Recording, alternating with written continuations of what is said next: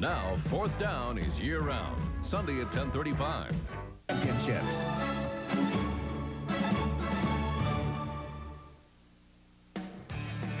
LSU and Wichita State are no strangers to the national championship. 2 years ago, the Tigers shocked the Shockers for their first College World Series title. This year, head coach Gene Stevenson's 7th-seeded Shockers look to ride the explosive bat and the powerful right arm of Darren Dreifort, the second pick in this year's Major League Baseball draft. Defense and determination have keyed their undefeated romp through the College World Series and has put them in position for a second title in the last 5 seasons. LSU's 3 victories in the 1993 series have come in an entirely different manner. The Tigers exploded in their series opener on the strength of 2 Jim Greeley home runs, but had to rally in every game since. Diving catches and dramatic home runs by All-American second baseman Todd Walker set the scene for yesterday's emotional 9th inning, when Walker's heroics propelled the Tigers into today's championship game. And the fortunes fall to 2 freshmen. Travis Wyckoff for Wichita State and Brent Laxton for the Tigers will duel for the title.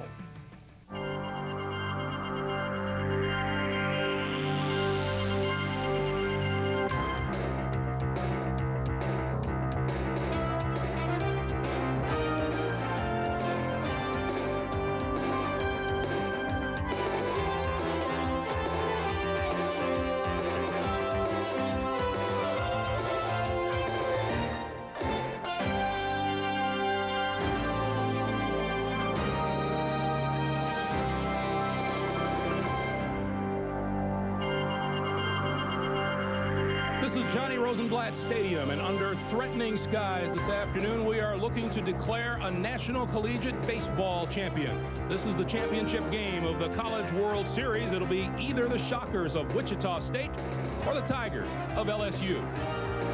Threatening skies, threatening forecast. Indeed, the temperature is in the low 70s, but it is cloudy, and there is a 40% chance of rain before the day is done.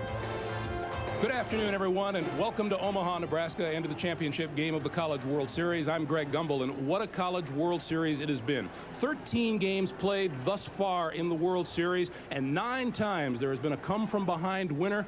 In 7 of those games, the come-from-behind rally has occurred in the 7th inning or later in the game. 2 fine teams here this afternoon, Wichita State and the Bayou Bengals of LSU. Wichita State is undefeated. They beat Arizona State, Texas, and Oklahoma State to get here, while LSU defeated Long Beach State 2 out of 3 times they played, and also knocks off Texas A&M. With me in the booth this afternoon, as usual, is Jim Cott. Jim, we've got one of those classic matchups. Great pitching against a great hitting team. The hitting team is LSU, with an All-American second baseman leading the way. And a great atmosphere. You could see the emotion from yesterday's great come-from-behind win. And when you think come-from-behind wins, you usually think home runs. Nobody can do it better than LSU, and they are led by sophomore All-American Todd Walker. He's leading the College World Series in RBIs. He has 21 home runs this year. LSU does not play particularly good on defense, but they'll beat you with a long ball.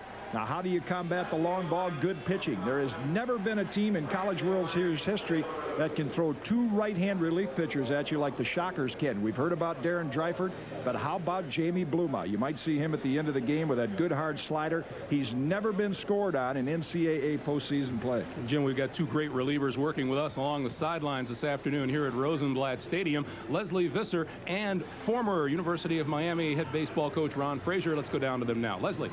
Greg, well, as a starter, Ron Frazier won 2 titles, so he knows how to bring a championship home. Ron, what about Wichita State? They've struggled at the plate, but they've been solid, both the pitching and the defense. What do they have to do? Well, they have. Pitching is the key with Wichita State. You know, they're looking at a 4 or 5 inning ball game. Their guy, Travis Wyckoff, has to go, and he has to pitch 4 or 5 good innings to get to the great relief pitchers, the best in college baseball, with Dreifort and Bloom. and this is what they've got to do. Considered one of the best bullpens in college history. It is the best bullpen in the college. What about for LSU? They're no Cinderella here. What is Skip Bertman looking for? Well, Skip has to score early. He has to get some runs off their freshmen. He's got a freshman going for him, so he's got to get some runs early. And, you know, they've got to play good defensive baseball. They had a bad day yesterday. They won the ball game. And I think, but the thing that they do have, they have momentum. They played a great ball game yesterday. They came from behind, so they got to carry that momentum through the championship. Well, both these schools are looking to win a second title. Should be a great one, Greg. It should indeed. Leslie, thank you. Two freshmen will go to the mound for their respective teams today. Travis Wyckoff for the Shockers, Brett Laxton for LSU. We'll take a timeout here, and then we'll start this championship afternoon with the starting lineups and the opening pitch. CBS Sports coverage of the 1993 College World Series Championship game is sponsored by Toyota and their full line of quality cars and trucks. Toyota, I love what you do for me. Pringles, so fresh, once you pop, you can't stop. And by Charles Schwab and Company, helping investors help themselves.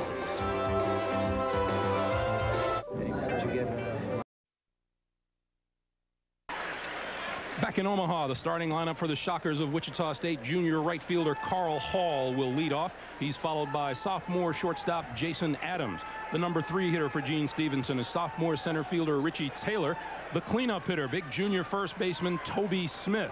In the number 5 spot, you will probably see him in relief along the way, the designated hitter Darren Dreifert. Hitting 6th is second baseman Joey Jackson. At third base, the freshman Casey Blake with some key hits in this World Series for the Shockers. Senior left fielder Tommy Tilma bats 8th, and the catcher is freshman Adam McCullough. On the mound, Travis Wyckoff, freshman left-hand. Oh, I'm sorry, it's Louisiana State's Brett Laxton. We'll get to He'll be there at the bottom of the inning, but Brett Laxton has to try to get the Shockers out first. A freshman, power pitcher, good numbers, but Skip Bertman will have him on about 110 pitch count limit. So that'll determine how far into the game he'll go. Here's Carl Hall to lead it off. And he takes a called strike, and we are underway. Hall, a .321 hitter on the year, just 2 of 13 so far in the College World Series. And the count is even at a ball and a strike.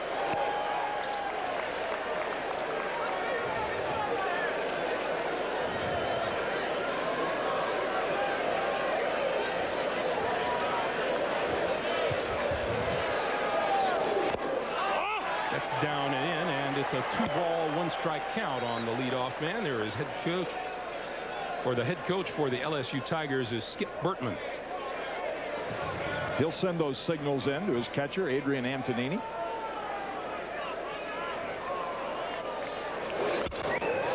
That's fouled off, and the count is even at 2-2.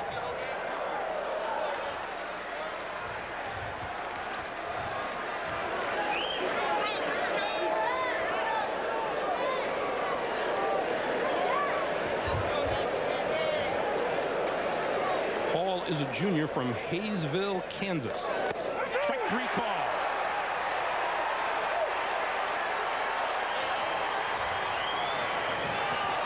Let's quickly take a look at the Tigers in the field. They have not played well this year. Greeley in left, Jim Greeley. Armando Rios is the center fielder, and Harry Barrios in right. Around the infield, it's Jason Williams at third, Russ Johnson at short, All-American Todd Walker, the second baseman, and Kenny Jackson at first. Strong throwing Adrian Antonini behind the plate. Called strike to sophomore shortstop Jason Adams.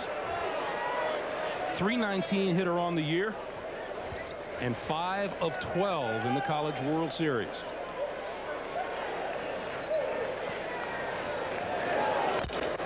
This one grounded foul up the third base line, and Gene Stevenson with the pickup.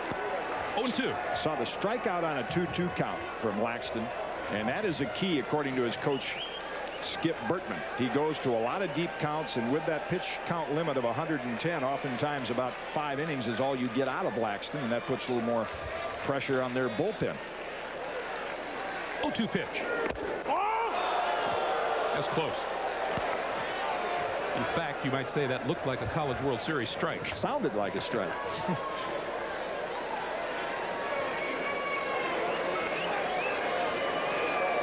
It's got a left-hander's cap. Left-handers usually have that thing tilted one way. That one foul tip and held on to by Antonini behind the plate. 2 hitters and 2 strikeouts for Laxton. LSU, the champion of the Western bracket, took 2 out of 3 from Long Beach, including a thriller here yesterday afternoon. And in the East, Wichita State went undefeated in 3 games. And for those that do not follow the College World Series on a regular basis, you'll immediately notice that LSU has had to play 5 games to get here, and Wichita State only 3, so they're well rested, the Shockers. Ball 1 to Richie Taylor, the center fielder, also from Hayesville, Kansas. And he too struggling here in Omaha, just 1 for 12.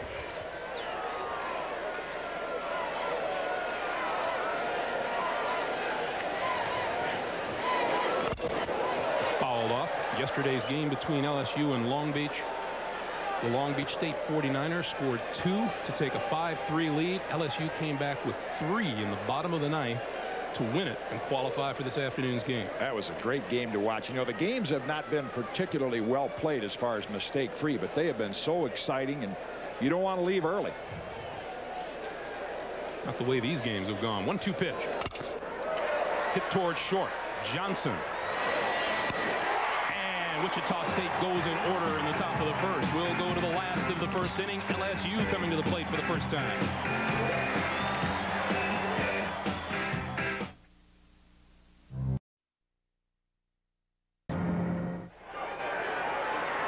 Starting lineup for the Tigers of LSU. Freshman third baseman Jason Williams will bat first, and then the center fielder Armando Rios. In the number 3 spot is shortstop Russ Johnson, and then the All-American second baseman Todd Walker batting cleanup.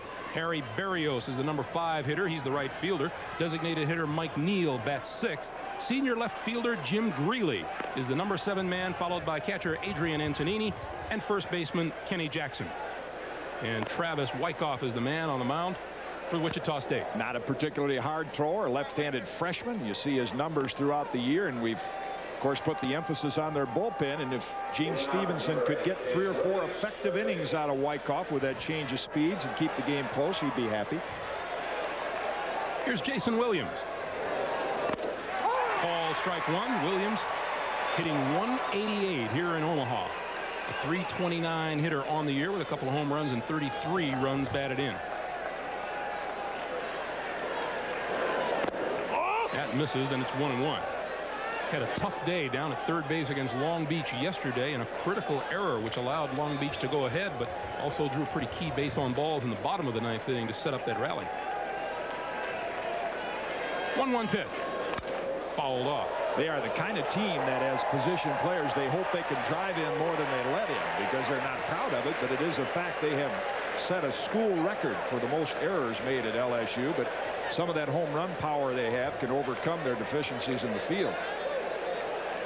9 errors by the Tigers here in Omaha. 1-2 pitch. That one stays outside. Travis Wyckoff will throw a little bit of everything, and he will also throw a knuckle curve. One down and in, and the count is full now at 3-2. Umpire for today's game, we have 6 of them. Jim Garman is working behind the plate.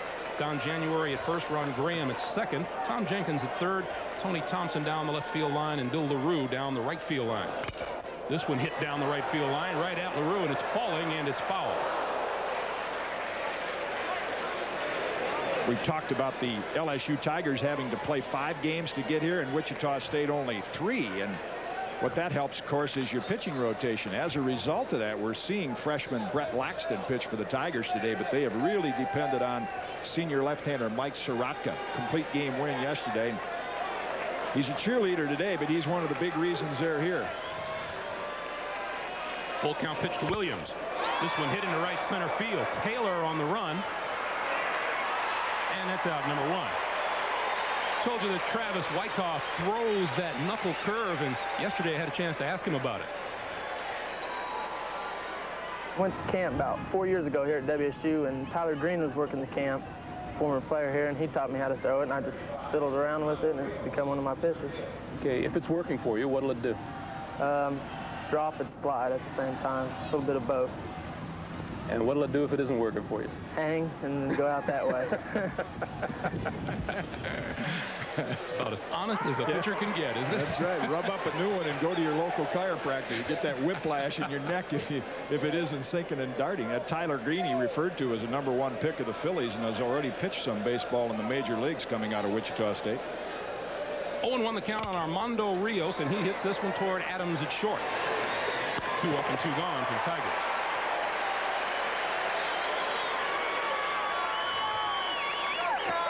Here at Rosenblatt Stadium. Same distance down the left field and right field lines, 332, 408 to straightaway center, and 360 up the power alleys in left center and right center. To correct that games played, this is the 5th game for LSU. They have played 4 to get here, but they've had to use Sorotka twice, otherwise he'd be pitching the championship game. Here's Russ Johnson. 6 out of 15 here in Omaha, 400 batting averages. He stepped to the plate here in the College World Series. And is riding a 13-game hitting streak. Good look at Wyckoff. If you've followed college baseball, particularly LSU, if the name Denham Springs, Louisiana means anything, well, that's the home of Ben McDonald. Probably the best pitcher in LSU history, #1 pick of the Orioles a few years ago. Russ Johnson is from that same high school. That misses outside, and the count now is 3-0 to Johnson.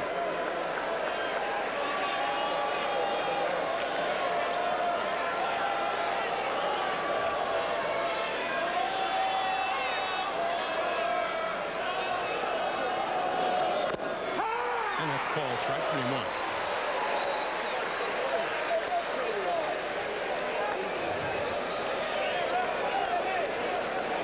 Johnson has hit 1 home run and has 2 RBIs in this College World Series so far, and has been particularly adept at drawing bases on balls. And he now has 6. That's the most of any player here in Omaha. Talk about the rules differences, the college game and the pro game. Aluminum bats are permitted. Doesn't mean you cannot use a wood bat, but they are permitted. No roll blocks, no knocking over the second baseman on a rolling block at second. Double ear flaps are required, and absolutely no tobacco products allowed on the playing field.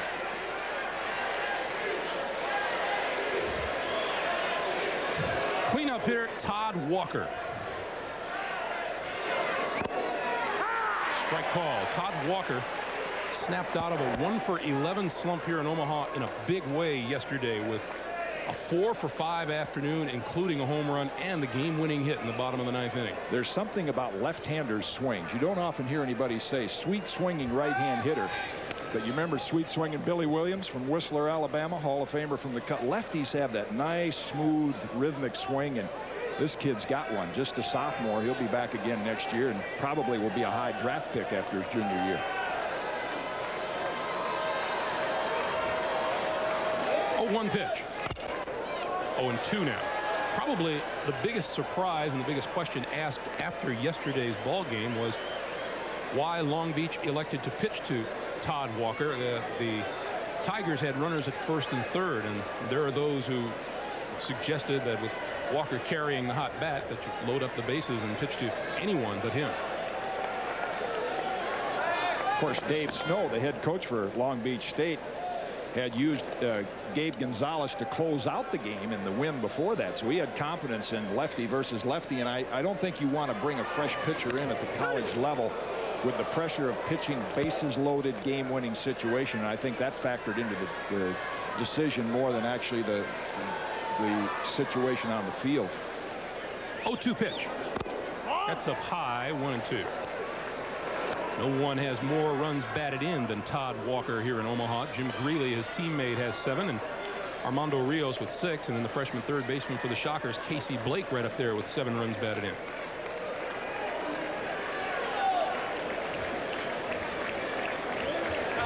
1-2 pitch. Hit deep to right field. This one is going to go.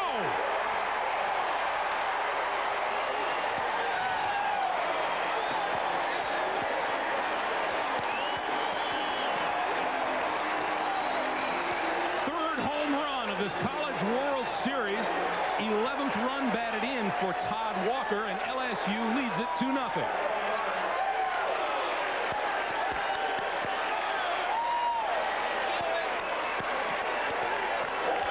Talk about a sweet swing. Look at this swing from the sidearm breaking ball, and Wyckoff leaves it over the middle of the plate. Walker immediately into his trot.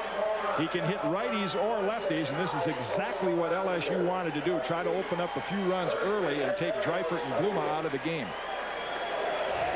Here's right fielder Harry Berrios. That's ball one. What did we hear Mr. Wyckoff say about leaving that knuckle curve? That's where it goes. There? Yeah. Well, most of the home runs, we've talked about so many of them in the College World Series, I'll guarantee you 90% of them are in hanging breaking balls. This one headed for right field. The diving attempt by Jackson. He knocks it down but can't make the play, and it'll go as a base hit. 26th home run. Ties a record for most home runs hit here in Omaha this trip in. Nice job by Jackson to knock it down, but the turf a little roughed up with the tarp being on and a lot of the rain we've had here in Omaha. That's the best he could do with it. Here's the designated hitter, Mike Neal. Runner at first and 2 down, and LSU leading it 2-0 on the 2-run homer by Todd Walker. Neal hitting .333 here in Omaha.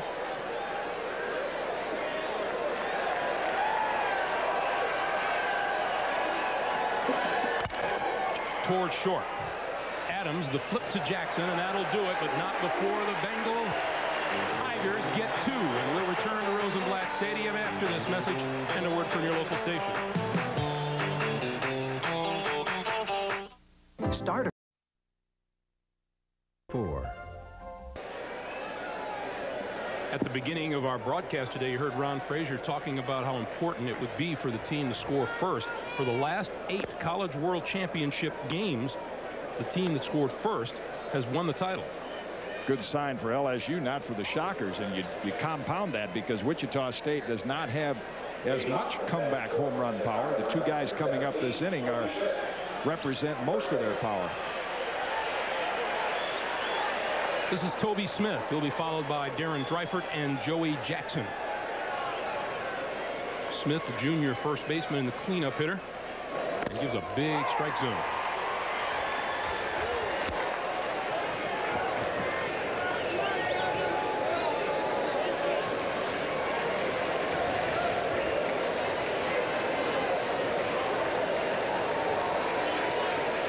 Freshman Brett Laxton on the mound. Took a little something off of that, and it's 0-2. The reason I mentioned that left-hander's cap, we talk often about how the left-handers wear their caps a little cockeyed. Well, see, it might be because of genetics. His dad, Bill Laxton, was a left-hand pitcher, and he put about 5 or 6 years in the big leagues, so he probably started wearing it looking at his dad's picture. And he gets Smith waving at one that dances outside the strike zone. Chalk up another strikeout for Laxton. That's 3 in a game. Well, he was drafted out of high school. The pro scouts liked him. He wanted to go to college, and you can see the power stuff that can really paralyze these right-hand hitters. Live fastball and a good quick breaking ball. Here's Darren Dreifert, number 2 selection in the baseball draft last week by the Los Angeles Dodgers, native of Wichita, Kansas. That's ball 1, and what a performance he put on in batting practice. He had the crowd oohing and eyeing and then applauding as he stepped out of the batting cage.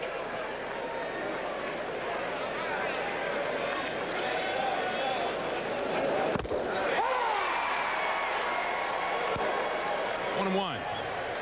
That's quite a who's who in college baseball, isn't it? A lot of top draft picks in there. Brooks Kieschnick from Texas, player of the year. Todd Walker there from LSU. 1-1 pitch to Dryford. 2-1. You mentioned the power display that Darren Dryford put on. We think of basketball and football as zeroing in on one man being so important to a team's success. In baseball, you usually spread it around, but I doubt there is any one single player that can be responsible for wins for a team more than Darren Dryford, both hitting and pitching. Swung a bit late on that, and the count is even now at 2-2. 3 for 11 here in Omaha with 2 home runs and 3 runs batted in. 22 home runs on the year.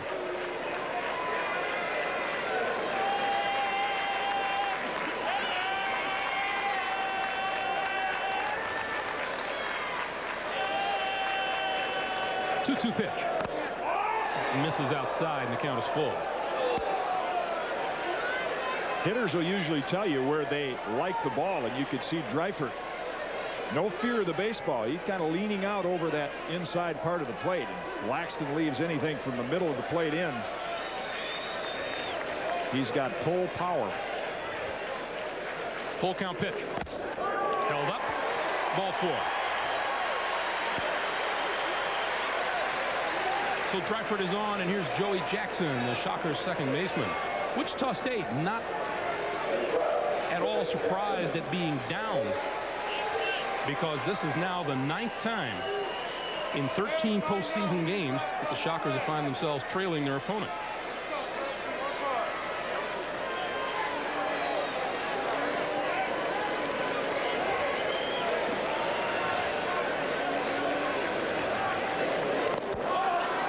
Nice stop behind the plate. Gene Stevenson, the Wichita State head coach, has said we make it exciting, win or lose, and primarily because they're just happy to be here, the old saying. They did not anticipate having this strong a team. They lost a lot of their regulars, so they're playing a lot of inexperienced players this year. This one hits straight up on the infield. Coming down the line, Kenny Jackson makes the call in fair territory for the second out of the inning.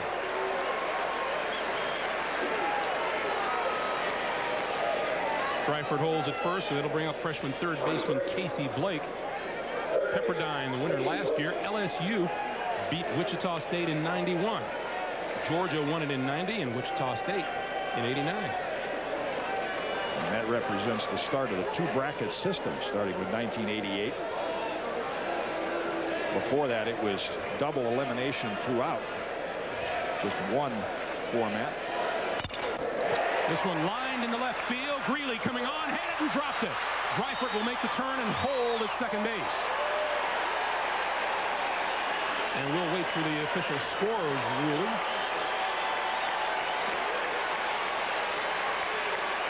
I don't think it'll take long to call that one. Again, this has been the weakness. You see Jim Greeley gets that glove over on the wrong side. He's got to cross over with his glove and the heel up. Never got in good position to field that ball, and that's why the Tigers say, yeah, we'll kick it around and give you a couple. We just hope we can hit enough home runs to make up for it. It'll go as an error on Greeley in left. That makes it 2 on and 2 out here in the top of the second inning, and left fielder Tommy Tilma.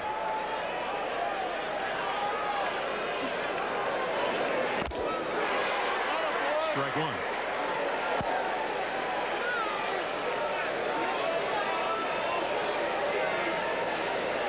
Tilma still looking for his first RBI here in Omaha. Dryford is the runner at second. Blake is on at first. Count is even now 1-1. Wichita State does not run much. In fact, has just 1 stolen base in 1 attempt in this College World Series. And that was leadoff man Carl Hall.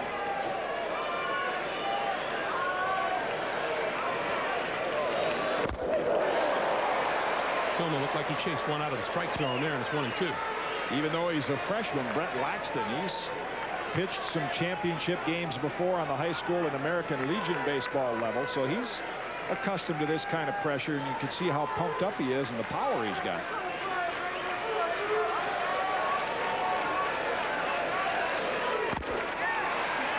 Two balls and 2 strikes now.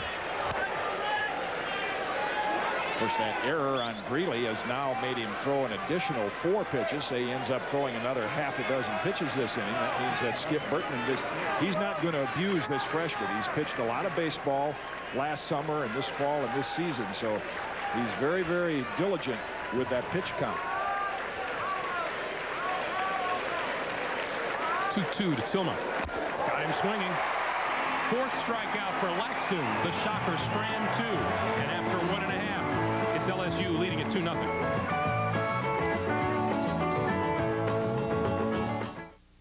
Why do people? Back at Rosenblatt Stadium at the College World Series, you know, at Wimbledon or the Final Four, teams or people like to be seeded #1. Well, that isn't the case here in Omaha. Since they started seeding the College World Series in 1988, no #1 team has won the title. In fact, only teams that are seeded 4th or 7th have taken the title home. Last year, Pepperdine was seeded 7th. Who's seeded 7th this year? Wichita State. Back to you, Greg. It's kind of like the NBA draft. If you're the worst basketball team in the league, you don't get that #1 pick. And LSU comes in as a #5 seed. Here's Jim Greeley, who has had himself a monster World Series so far. Those are his numbers on the season. But he's the 2nd leading hitter here in Omaha with that .467 batting average.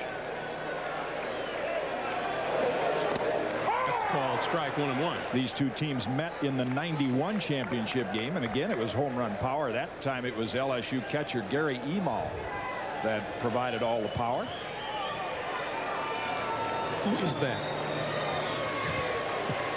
It's not Gary Emal. Outside 2-1. Really trails only Jeff Leifer, who left with Long Beach yesterday in the hitting department. 2-1 pitch. Inside and low, ball 3.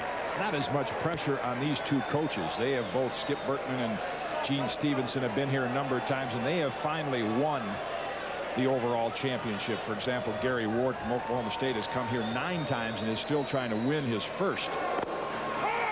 Full count now. As we looked at Long Beach State's game yesterday, that's why they were a bit of a Cinderella team. You know, Dave Snow has taken that program from nothing, where they didn't even have a practice field, to almost getting to the College World Series final. That would have been some story. That misses, and Greeley's on base. 2nd base on ball is given up by Wyckoff, and the first one preceded Todd Walker's home run.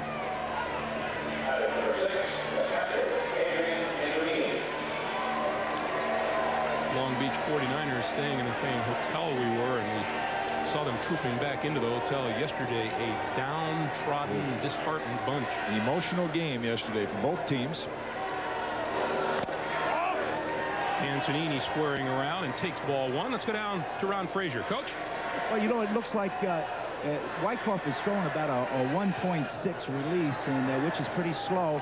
And I look for a lot of running. If LSU can get some people on base, I see them running. In fact, in a situation here would be a pretty good run in situation. And the reason Ron points out, when he says 1.6, that means from the time Travis Wyckoff moves his hands, movement to mitt, 1.6 seconds.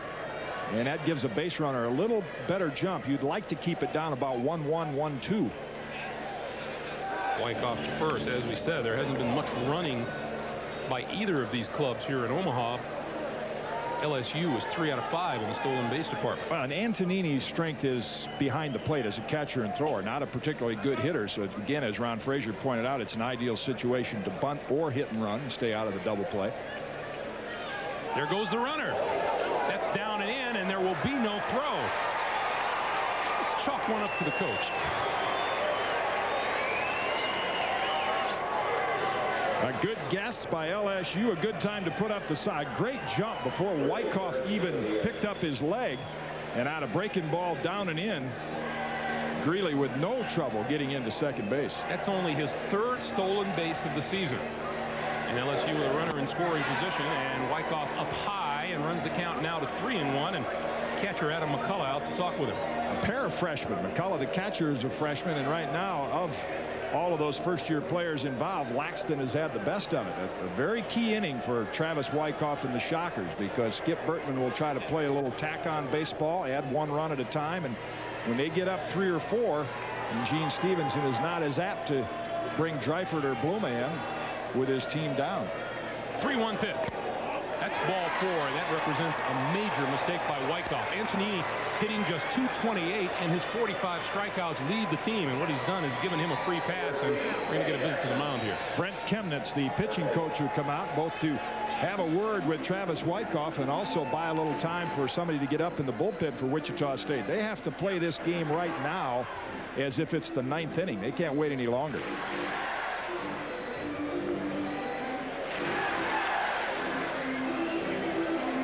Let's go back down to the coach again, Ron.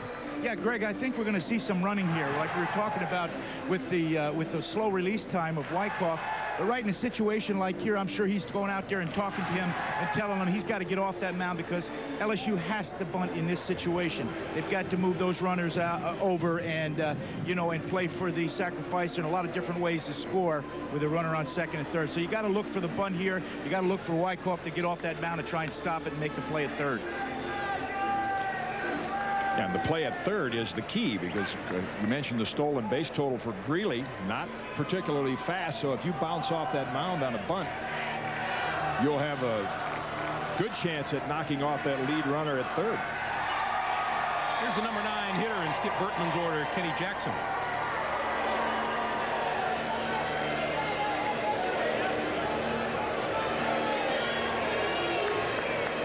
Two on, nobody out here in the last of the second for LSU. There's a bunt up the third base line. Blake will throw to first, and the sacrifice works perfectly. That moves Greeley to third, Antonini to second.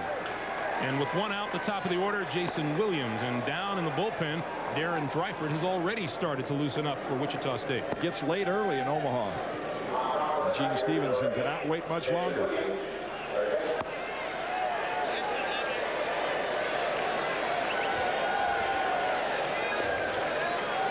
Here's Williams. Strike call. Williams fly to center, leading off the bottom of the first. And despite being down 2 in this situation with one out, Gene Stevenson is leaving his infield back. I would think he might bring him in, try to cut down on that run.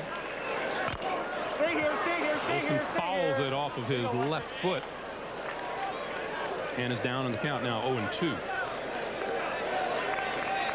There's the other way of thinking early in the game if you're Gene Stevenson. Yes, it's a 2-run game. If it's 3-0, I can handle it. Maybe he doesn't want to bring the infield in, and a little ground ball becomes a base hit, and he falls behind 4-0.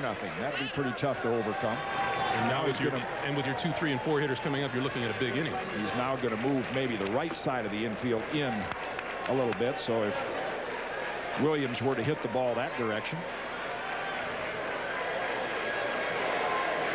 No balls, 2 strikes. The count to leadoff man Jason Williams. Runners at second and third and 1 out for LSU.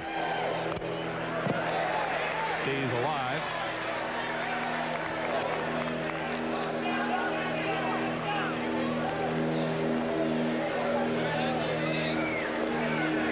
Sometimes fans may wonder, well, why would you not have the ace of your staff ready to pitch the championship game?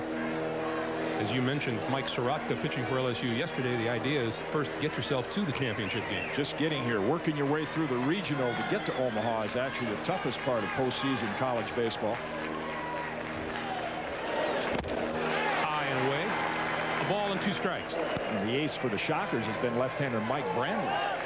Pitched a good game a week ago against Arizona State. Also started one on Thursday, so he'd not be available today.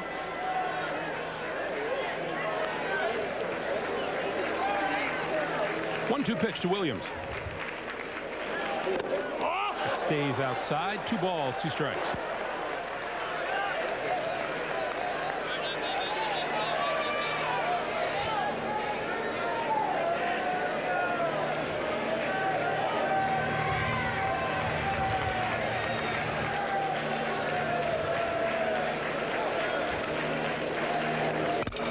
Lined in the left field, base hit. 1 run will score. They'll hold the second runner at third. And runners at the corners for LSU. It's a 3-0 game.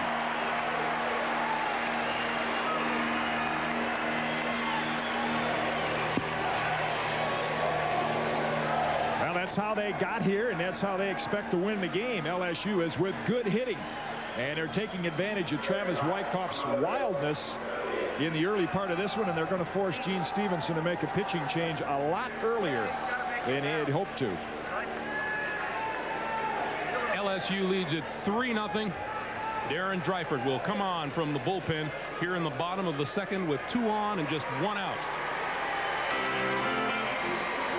We'll strike up the music, take a timeout, and come back to Omaha in a moment.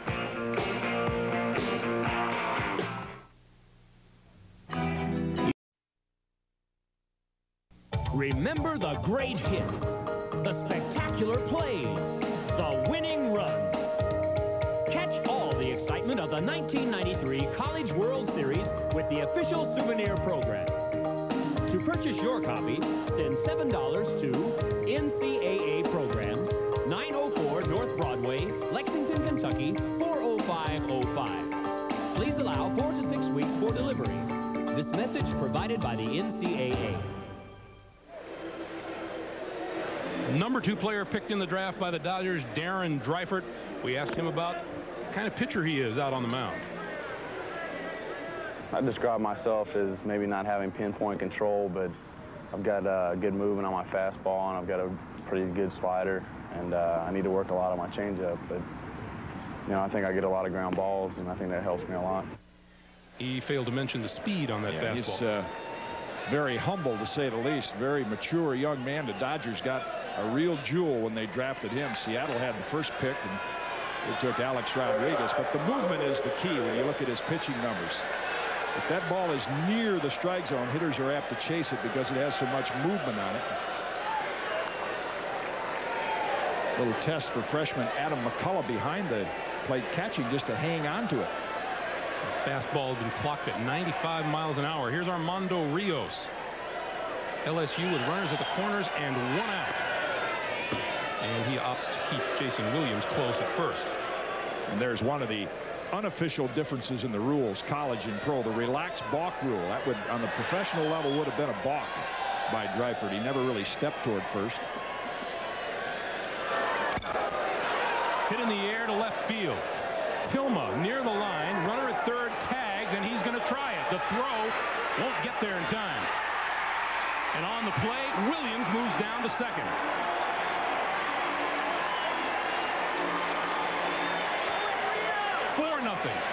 LSU. See, Tommy Tilma never really gets over to the line far enough to get in position to make a strong throw. The ball was over his right shoulder, so a lot of extra movement, not much on the throw, and not only did the run score, but the Tigers got to advance the man from first to second to put another runner into scoring position. And Antonini not particularly quick coming down the line. Beat it comfortably. So LSU with 2 in the first and now 2 more here in the second, a 4-0 lead. And here's Russ Johnson on base in the first when Todd Walker cracked the 2-run homer. Swing and miss.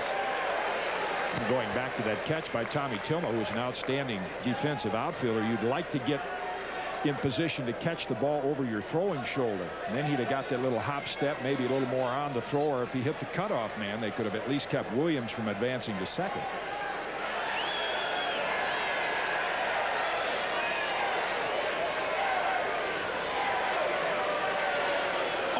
The count on Johnson.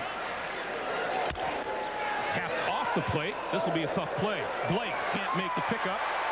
That's an infield hit, and Williams moves to third.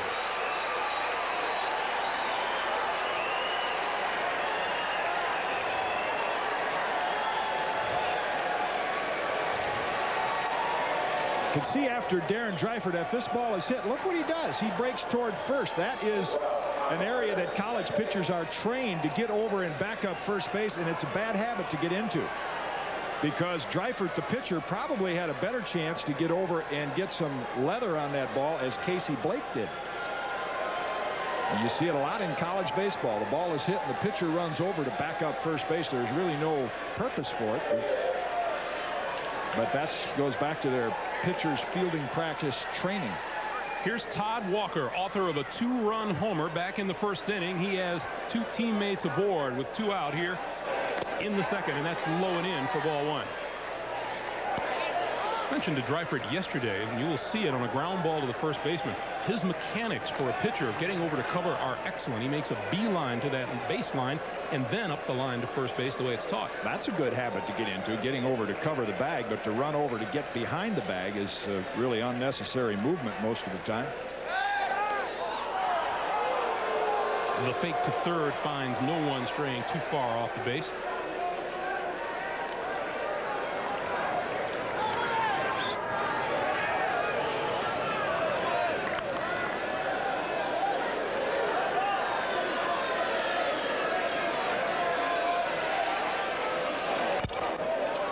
Off the fist, down the left field line. Adams out. Tillma on. That falls fair. One run home on the play. Another runner goes to second, and then Walker takes an extra base. The Shockers paid no attention at all to Walker, and he moved up to second.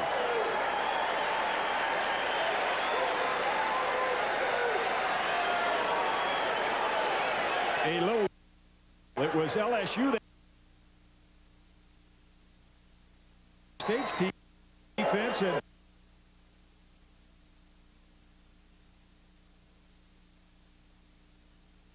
back into the infield, and Walker very easily trotted into second base.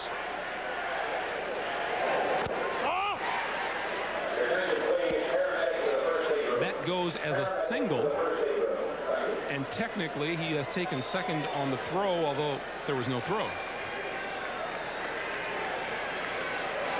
5-0 Tigers.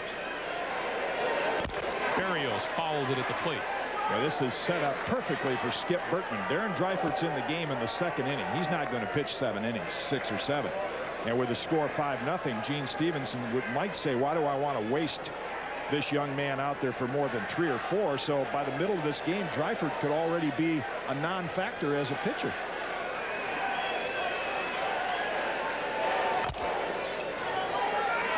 Berrios free swinger at the plate. 1-2.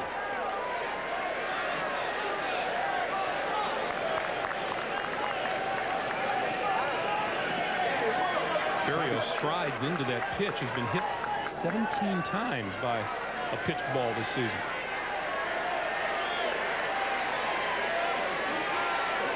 One-two from Dryford. Got him swinging. So that does it for LSU, but not before the Tigers put 3 more on the board, and through 2, it's LSU with a 5-0 lead.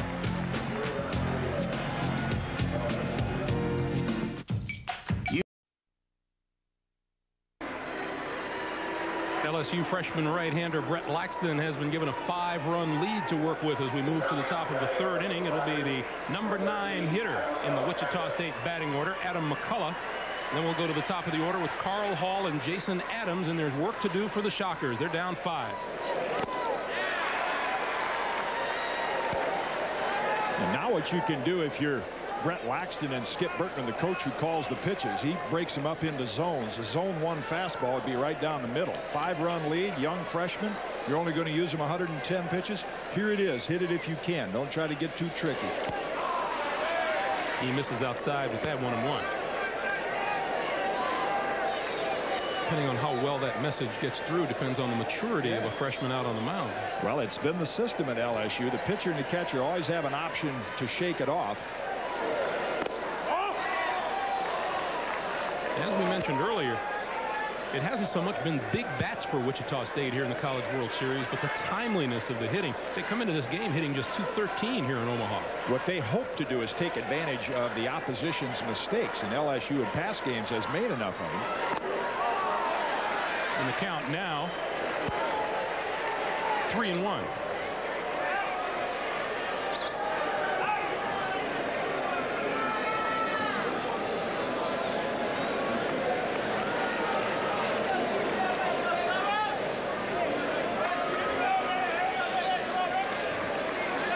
McCullough, a freshman from Lawton, Oklahoma. Just 1 home run on the season. And about to see a 3-1 pitch from Laxton. Strike 2.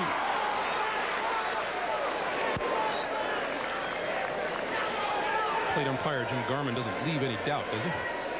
Umpiring has been pretty consistent. at the College World Series. We talked about the more liberal strike zone than maybe most other leagues. Got him swinging. 5th strikeout of the game for Laxton, and let's go down to Coach Frazier. Well, Coach Stevenson had a little meeting there, and I'm sure what he's saying is, well, we got a freshman out there. We've got to make this young man pitch. He's making a swing at some bad pitches. We can't do that. We've got to get him on the hook. We can only swing at good pitches. We've got our best pitcher out there, and you got to get some runs, and we'll hold him right here. And this is a time to go. They're 5 down, and they've got to do it now. All right, Coach, top of the order, and Carl Hall, who looked at a called 3rd strike. Coming into this game, Laxton had 4 innings pitched here in Omaha and 4 strikeouts. He's already put 5 on the board through 2 1/3 innings.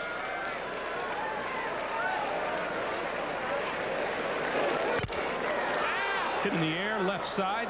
Johnson out, makes the call, and the catch. I want to remind you that coming up next on CBS Sports, 3rd round coverage of the Buick Classic, live from Westchester, New York, where Jeff Maggard and Duffy Waldorf and Tom Kite, through 2 rounds, are tied for the lead. Worth tuning in. Worth tuning in just to watch Duffy Waldorf's hats. He's got the most colorful hats on the PGA Tour. Or caps. Well, make up your mind. Either one. Call strike on Jason Adams. Just what Coach Frazier was referring to. This is what Laxton and catcher Antonini are trying to combat. Not fall behind in the count and make Wichita State swing the bat with some early strikes. There's a liner into right field. Base hit in the first run of the game for Wichita State.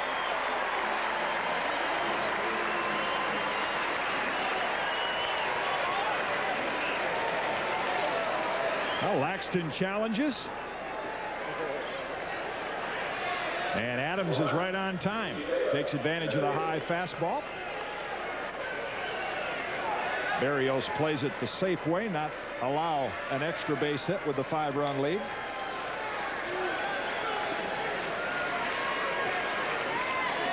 Here's Taylor, who grounded to short to end the 1st inning. That misses the outside corner. 1-0. Another jam-packed house here at Rosenblatt Stadium. Well, what a week they have had here in Omaha. That's a call strike, 1-1. When we came out here this morning, about 10 o'clock, between 9:30 and 10 o'clock, the lines out here beyond the left field stands at Johnny Rosenblatt, the 3rd base stand, to get general admission tickets were lengthy.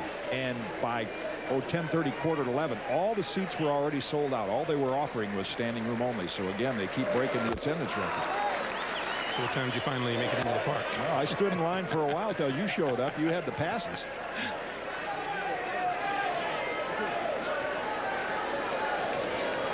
They will set a new attendance mark with this crowd here at the College World Series.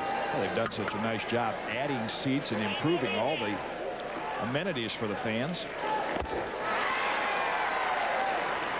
2-2 now, the count on Richie Taylor. Well, it's just country hardball. You can see how warm it is on the field, and Laxton is trying to keep the pitching hand dry. He said, man, I got a 5-run lead. Good fastball. Rock and fire. Here it is. See if you can catch up with it. Not many of them do.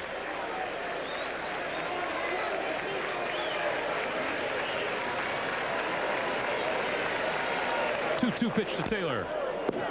And he stays alive with a foul back to the screen. Mentioned he was a 4th-round draft pick, so he was offered a fair amount of money to turn pro out of high school. So you know what kind of talent Laxton has.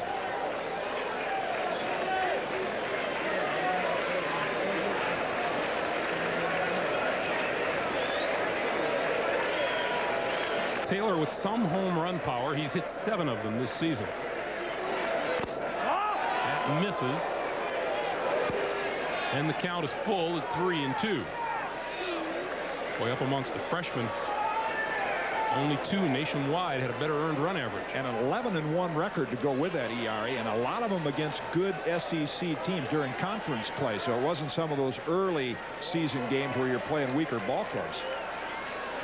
There goes the runner. Full count pitch. Misses, and the Shockers with 2 runners aboard. Second base on balls given up by Laxton. And now Toby Smith and Gene Stevenson going to walk down and have a conversation with Toby Smith. Hit this one out for me. Well, it could be one of 2 things. Now, a lot of times fans of a team will say, oh, the pitcher just walked 2 guys and my hitter goes up there and swings at the first pitch. Why do they do that? Well, Stevenson is probably saying, hey, he's a little wild. We got 2 men on, but you're my home run threat. The first pitch you get is probably going to be a fastball. So if it's right where you like it, go ahead and wail at it. It could be that, or he could say, let's try to work him into a 2-ball count, and then you know you're going to get a fastball. But I would expect with Toby Smith, if it's there around the middle of the zone, he's got to swing the bat. He's the one guy who can get you 3 runs with 1 swing. 18 homers, 82 runs batted in on the season. Swinging on that first pitch and misses. Jason Adams singled. He's down at second. Richie Taylor walked. He's on at first. 2 out. Top of the 3rd inning, and the Shockers down 5.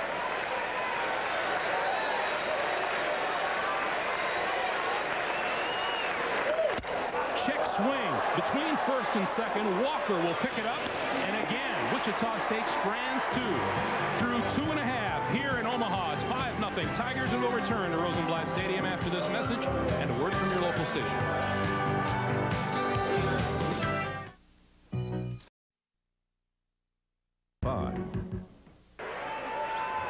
Greg Gumbel, Jim Cott back in Omaha.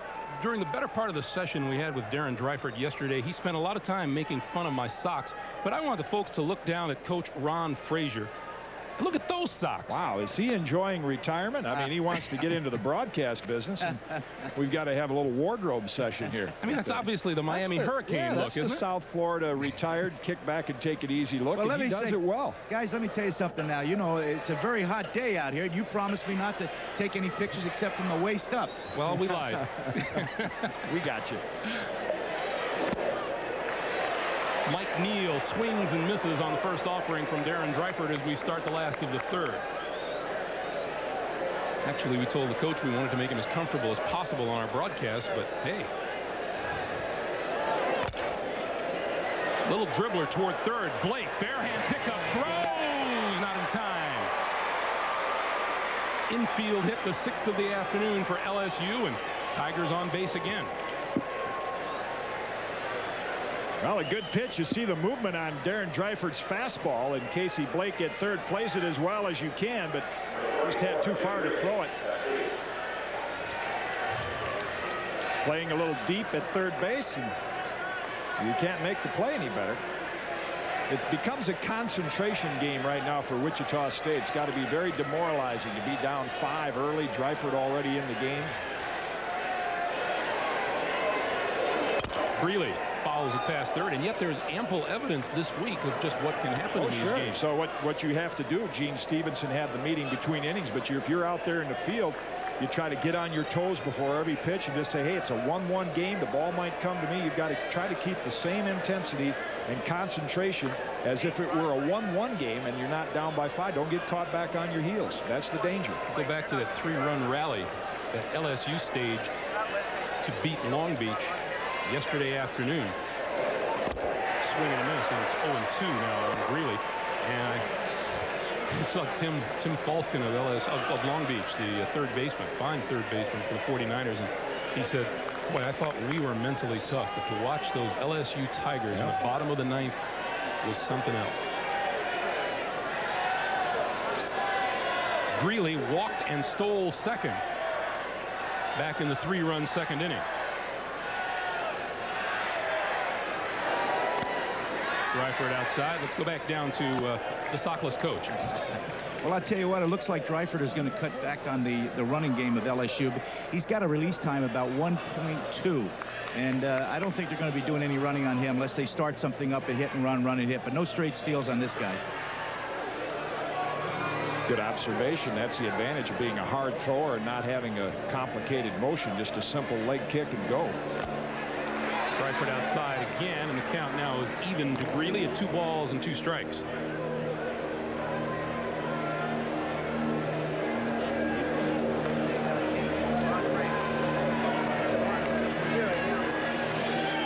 Talk about what a roller coaster it's been for the teams here, for the fans who travel from LSU and from Texas A&M and from Kansas. They've seen their team's fortunes rise and fall with every inning.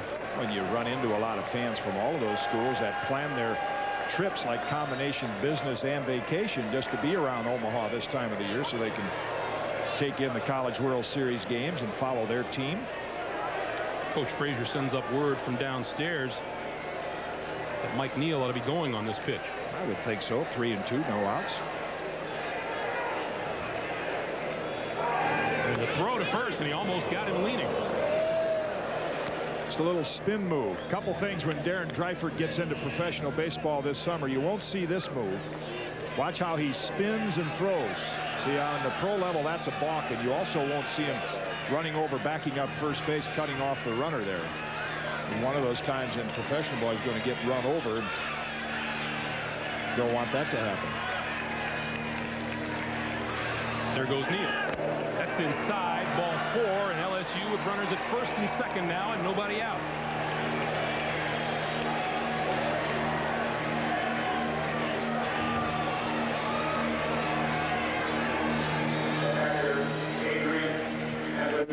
I would think we'd see a bunt here, whether you're looking through the knothole or whether you're looking from up here. It's another situation to advance a couple of runners and spread the lead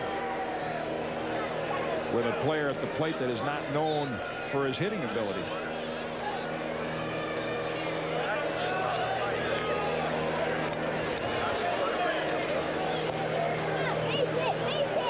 Antonini walked back in the second. And a second bunt, and there's the bunt high and tight. The bunt attempt, ball 1.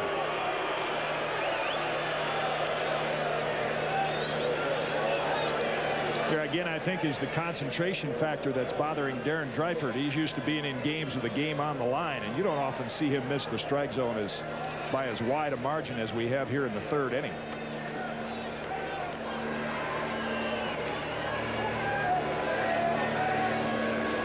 Blake will creep in from 3rd and Toby Smith from 1st. And he takes it inside. That time Blake stayed at 3rd, which means Dryford has the responsibility of a bunt at the 3rd base line.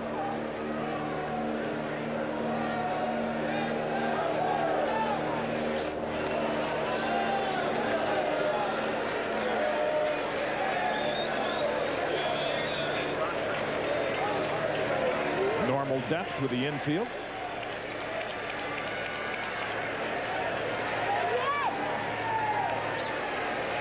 LSU with a chance to pop this game wide open here. That's a called strike on the inside. Antonini taking all the way. It's 2-1.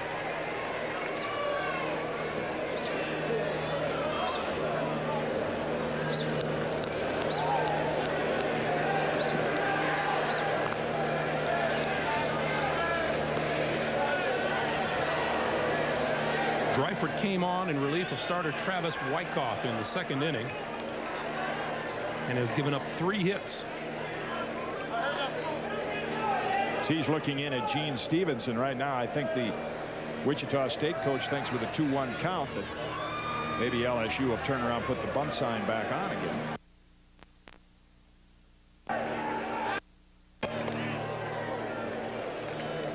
Let's go downstairs to Ron Frazier. Coach?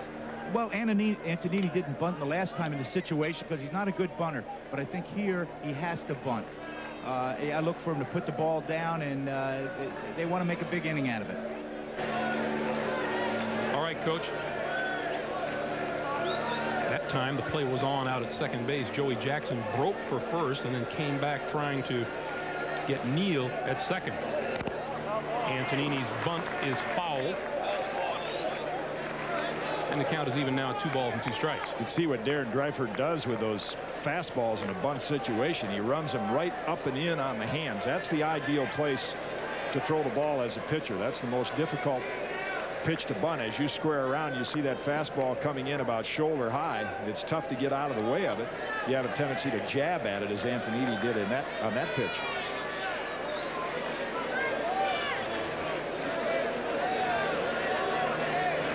Two balls, 2 strikes now on Antonini.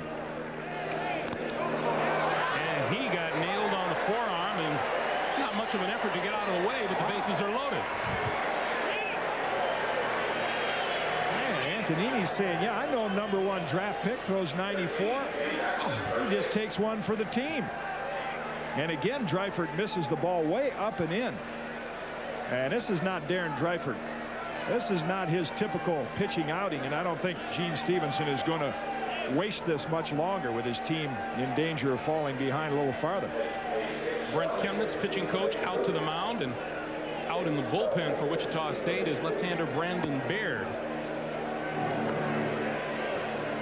And the Shockers facing a serious situation here with the bases loaded and nobody out. Again, it's a little time-buying visit for Brent Chemnitz, the pitching coach. Home plate umpire Jim Garman will break that up and say, let's play ball. This game has been played at a painfully slow pace with all the fans anticipating, you know, the final and an exciting game. And you can see the depressed mood of the Wichita State team in the field with the way they're approaching the game. This early scoring outbreak is unusual for LSU.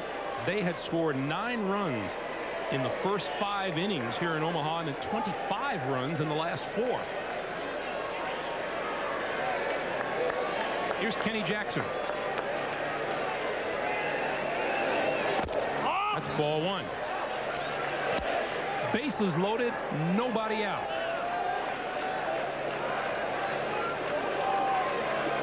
And trouble on the horizon for Wichita State, because after Jackson you go to the top of the order.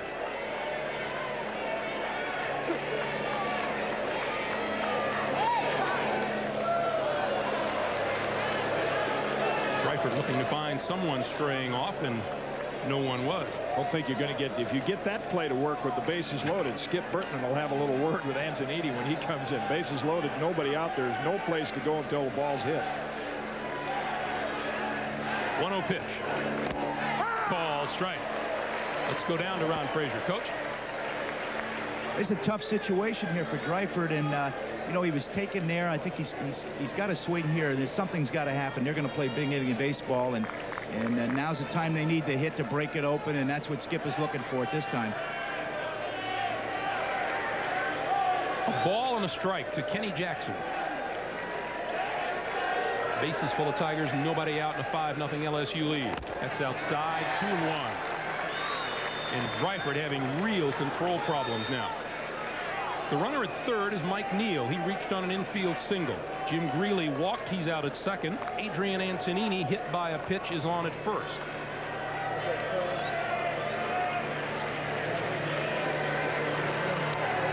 And a 2-1 pitch to Jackson. Ball 3.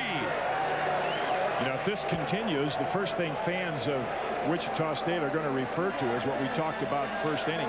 They have only had to play 3 games, Wichita State, to get here. They're undefeated. So they've had more rest than any other team, as opposed to LSU that comes off that emotional win yesterday where they're a little sharp and ready to play. And it kind of looks that way when you look at this game. Wichita State is back on their heels and looks rather flat. 3-1 pitch. 2.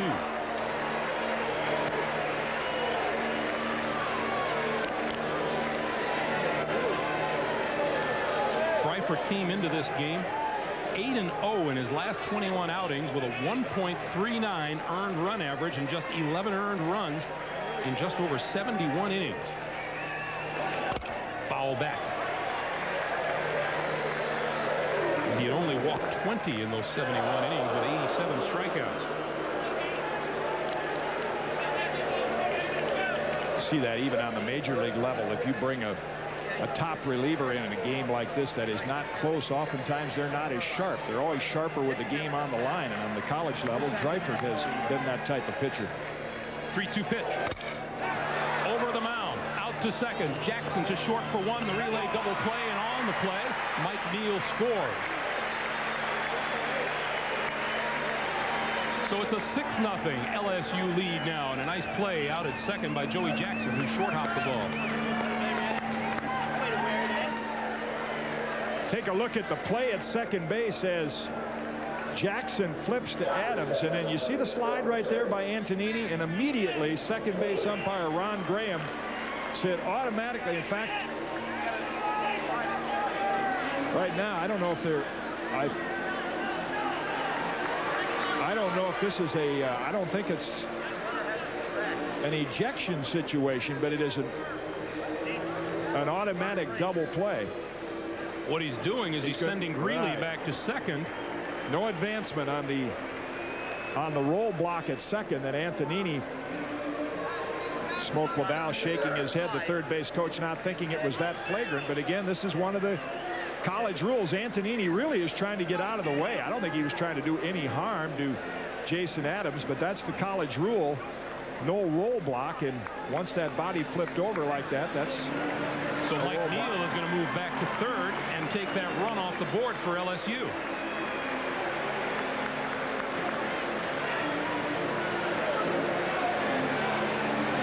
Well, if you ever want to talk about getting the optimum out of a double play with the bases loaded, you get 2 outs and you still have 2 runners on base and nobody home.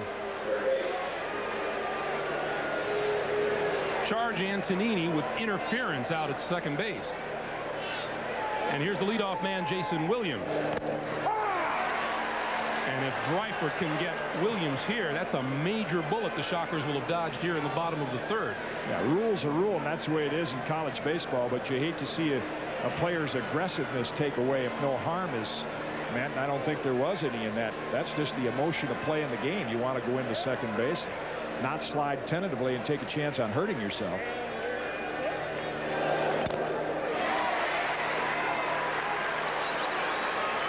Well, in defense of Antonini, a coach will tell a shortstop coming across that bag, you throw that ball through that runner coming down at second. Drop down from Port Arthur. Go from underneath. Of course, I'm sure Skip Bertman will have a word with Antonini about that, because even in a 5-run game, we talked about all the comebacks in College World Series game. That did cost the Tigers an extra run.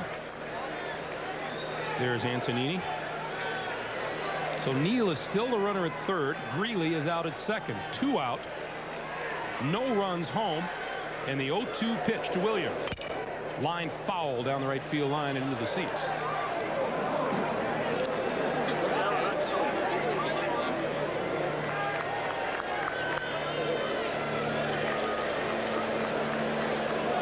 These teams met in the national championship game 2 years ago.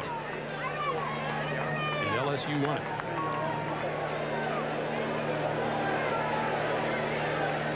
Pitch. 1-2. And there was the center fielder in that game, and LSU Tigers said, yeah, we have a center fielder, Armando Rios, that can cover some ground, but he hit a 2-run homer in that game, and since then he's gained a lot more respect as a hitter and not just a good center fielder. Came up with a 2-run double in the 9th inning to tie the game against Long Beach yesterday. That misses outside. The count now 2-2 to Williams. And it was a little makeup time for Rios because he kind of nonchalanted a ball out in center field yesterday. Dropped it. Led to some scoring action for Long Beach.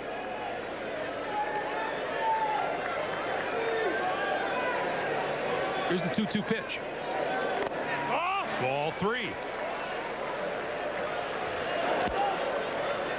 Well, there's a place for Dreifert to put him. First base is empty, but then you're taking another big chance with Rios coming up with the bases loaded.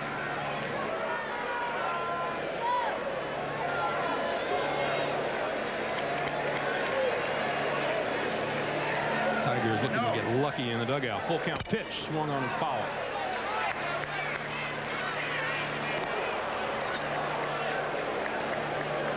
And now if you're a hitter, in this case Jason Williams, you're so much more relaxed, even though you're going against one of the top college pitchers in baseball. It's one thing to hit at a 95-mile-an-hour fastball in a 1-1 game, but 3-2 count, team up by 5.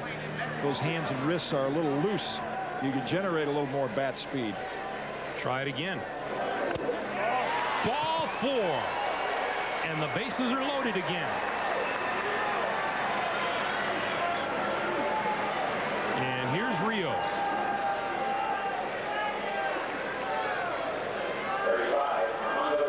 Disappointing outing. You can see it on the expression on Darren Dreifert's face. He was here in 91. He didn't get to share the joy of the championship win in 89 by the Shockers, but he was here in 91 when LSU defeated them.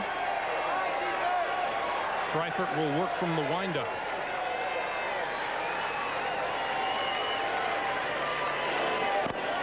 Called strike. LSU fans are on their feet behind the dugout, and the players were exhorting him to do so just a moment ago. Here's the group from Baton Rouge. 0-1 pitch. Lined into center field, base hit. That'll bring 2 runs home. Runners at first and second, and a 7-0 LSU lead.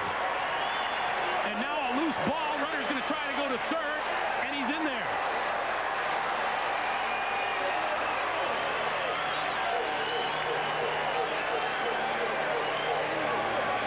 Now the improved Armando Rios at the plate. You mentioned the big hit yesterday. He takes this right back over the cap of Dreifert. And again, it is one thing to lose. LSU clearly playing the better baseball in the early part of this one, but it's another thing to play the kind of baseball that Wichita State is now. Overthrowing the cutoff man, and it's an example of their concentration. They're not in this game because of that 7-0 score. And Gene Stevenson has developed a lot better players out of his program than we're seeing perform this afternoon. Let's go down to Coach Frazier. Coach? Guys, this is something that doesn't happen. This has got to be a big demoralizer for that Wichita ball club. They've got to really be down now. Dreifert never gets treated like this, and I don't know what the feeling is over there, but you know, this could be the situation where they could give it up. Here's Russ Johnson. He's been on twice with a walk and a single, and he fouls the first pitch. 0-1. LSU 2 runs in the first, 3 in the second, 2 more here in the third. And it could have been worse. They gave one back on Antonini's illegal slide at second base, or they would have had another run or another base runner.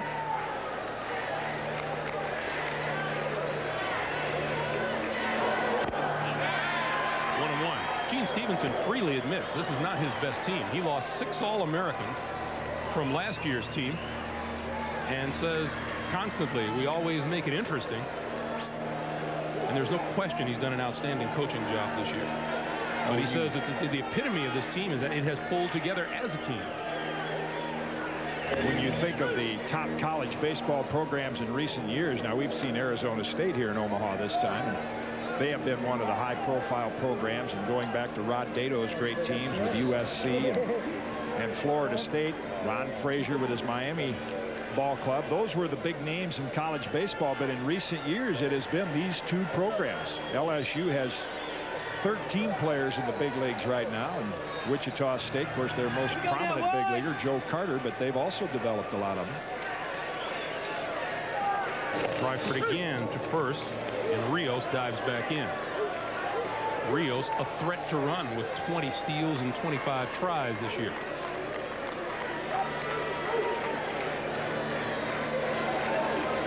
Rios is at first. Williams is over at third. 2 out, 2 runs in, 7-0 LSU. 2 balls and a strike. And Dreifert not consistent at all as far as finding the plate today. Projecting him as a pro, and there's no question about the talent, but I'm sure one of the things in the Dodgers system they will get straight right away is his aggressive approach, or in today's case, the nonchalant approach. Especially when you're playing behind a pitcher, you want to see a guy working at a little faster pace, throwing strikes, challenging hitters. And that's an example of it right there. 7-run lead. Armando Rios has no reason to be too far off base. So Dreifert, that's a bit of wasted effort to consistently throw over there. The left-hander Brandon Baird now down in the bullpen. We assume he is ready anytime he's called upon. 2-1 pitch. Line foul down the right field line. And that'll even the count now at 2-2.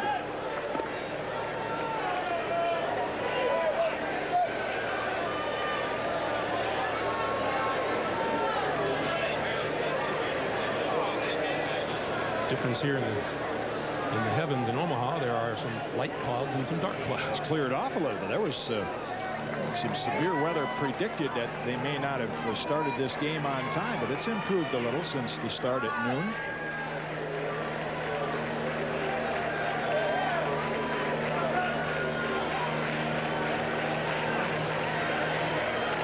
Two and two, the count to Johnson with 2 outs and runners at first and third. Strike 3 call. But the damage is done. 2 runs across, and as we go to the 4th, there is work to be done here in Omaha for Wichita State.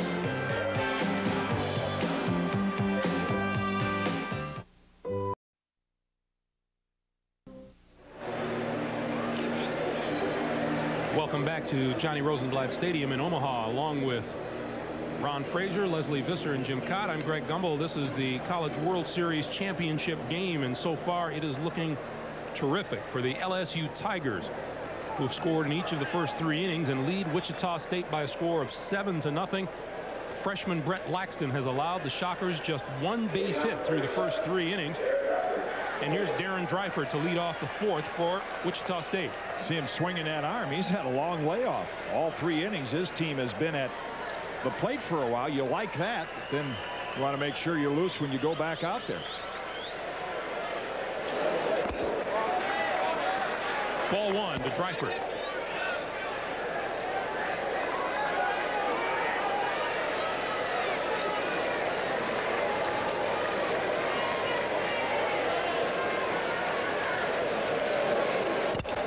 Off his fists and out towards second, where Walker scoops it up and throws him out. Laxton, the winner of that battle. Well, when you can get in on the hands of a power hitter like Dreifert, especially swinging the aluminum bat, that says a lot about your fastball. Brett Laxton has a good one. Here's Jackson, who popped up to first baseman Kenny Jackson, his only other plate appearance. That went up high, ball 1.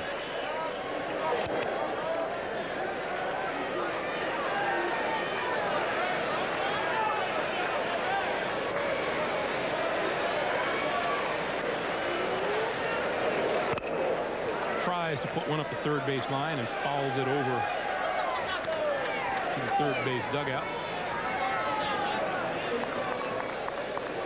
A lot of anticipation in that dugout. They'd like to fast forward this game right now to about the 8th inning. A lot of the players on the LSU team that have not experienced a championship. Talking with Skip Bertman about last time we were here 2 years ago, we had a slugger named Lyle Mouton, who he said was doing just fine in the Yankee organization at Albany, AA ball. 2-1 pitch. 2-2.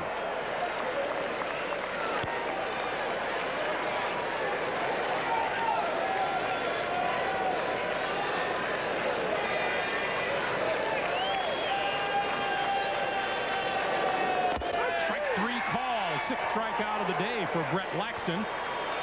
2 out and nobody on, and this Wichita State team, you never really know what to expect. Ask Gene Stevenson to describe his club. Each team, you know, has its own personality, and so those things have to be measured, maybe if not after the season, certainly not until late in the season. And one of the things that I think that has set this team apart has been its unselfish attitude. Not the way it's gone about its business as a team and a unit, and it's really been special. Gene Stevenson said never in his wildest dreams would he expected this team to be here in the College World Series, let alone in the championship game. I think that's why you've seen the meetings between innings, even down 7 runs. The coach is concerned about his program and the personality of his players and teams. He wants to make sure they pull together and win or lose, play the good fundamental baseball that they've been taught. 2-1 now to Casey Blake. When you see his players that come out of this program, 2 names come to mind. Mike Lansing, who's doing a good job right now with the Montreal Expos, and Pat Mears with the Minnesota Twins. Their characteristics are fundamentally sound, hard-nosed, very confident, and that's the kind of players they produce. Down the right field line, foul territory, and falls out of the reach of Kenny Jackson, the first baseman.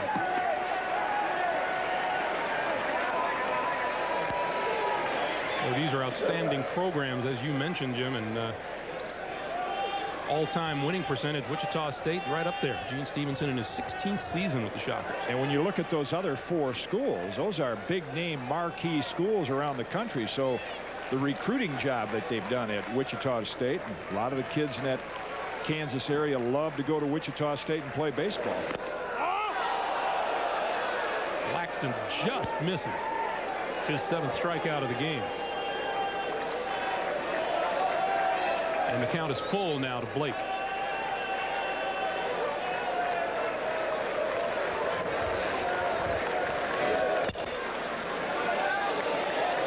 Still a full count.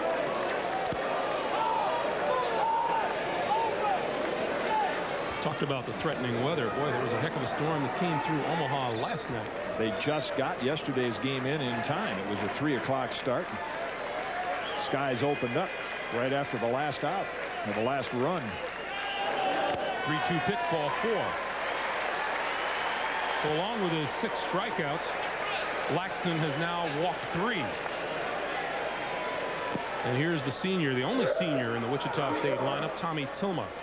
And that's his typical game, Brett Laxton. That's why right now I think Skip Bertman winning the game is #1 concern, but he'd like to see his freshman work through 5 innings, get a chance to qualify for the win, and then you'd see him go down to his bullpen, either to Scott Schultz or Will Hunt.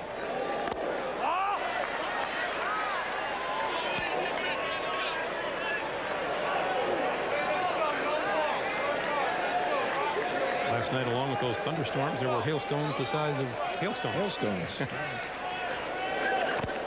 Called strike, 1-1.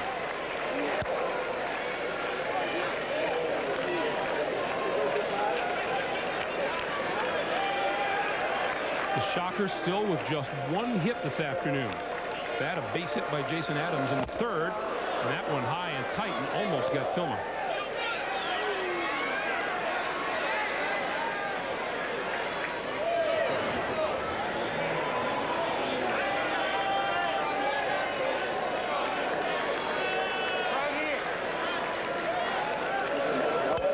Pitch. Tilma tries to bunt and fouls it off. The count is even at 2-2.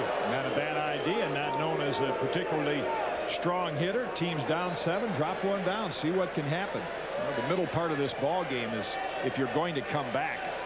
That's when you have to do it. You start getting into that 6th inning and you're down 7. Then you give that opposing team an awful lot of confidence that they can close you out easily. There goes the runner. 2-2 pitch fouled off by Tilma.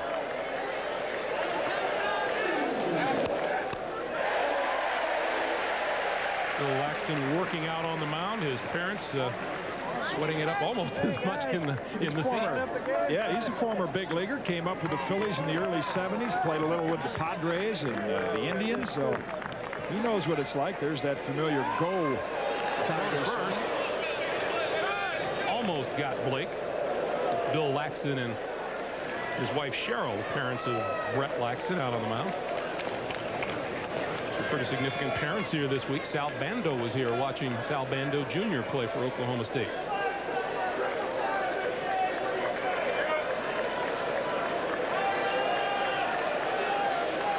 Two balls, 2 strikes on Tilma. Ball 3. And with the count full and 2 out, Blake will be off with the pitch from first.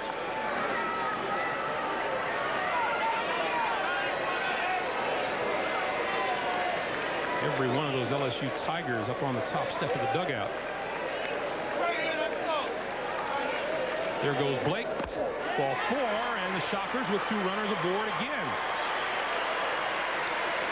And we heard Gene Stevenson describing the nature of his team. What about Skip Bertman on the LSU Tigers? This team doesn't have much talent, and they'll admit that themselves. We don't hit quite as well, and we don't have nearly the pitching that that team had. But this team has great heart, and a great how-to-win awareness. Like, this team can figure out a way to win the ball game. They can run a little. They can make a great defensive play. They can walk, then hit a homer. This team has a great desire to win, and is going to always go down regardless of what happens. One of my favorite teams. Nice man and a terrific coach. Here's Adam McCullough. 2 on, 2 out. And there's a called strike. Of course, he was Ron Frazier's pitching coach at Miami for years before he took over the LSU program. So it's been Skip Bertman that has really created that baseball dynasty at LSU.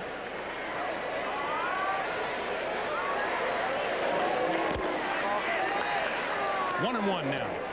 Got him a little antsy here, though. A 7-run lead is nice, but when your pitcher's out there in the 4th inning and can't find the strike zone, you begin to think, how quickly do I have to make a move? A couple walks and a hit, and Wichita State could be back in it. 1 and 2. The Shockers have had their chances. Back in the 2nd, a walk and an error put 2 runners aboard. They left them stranded. In the 3rd, a single and a walk. And still no results, and now a pair of bases on balls here in the 4th inning. 1-2 pitch to McCullough. And he barely stays alive.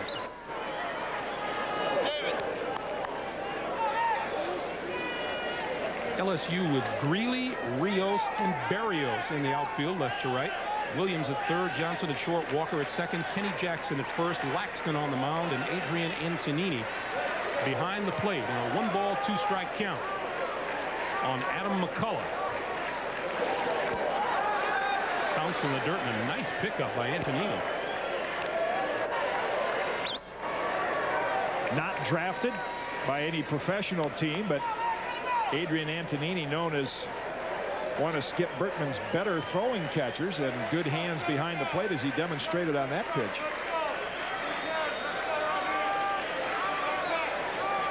2-2 pitch. Goes fishing up high, another strikeout, and Laxton escapes trouble again. We'll go to the bottom of the 4th with LSU up 7.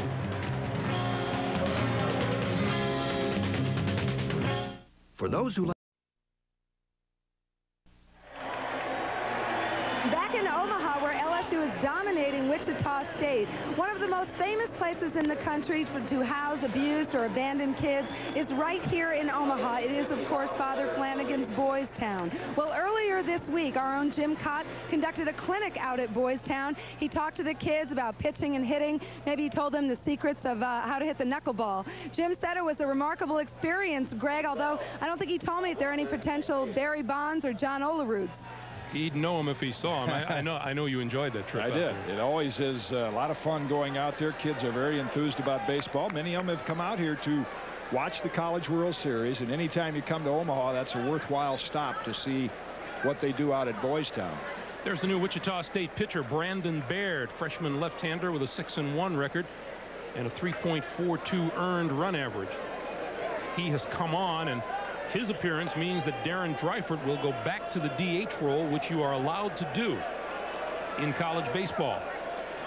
Here's Todd Walker, a home run and a single and 3 RBIs so far.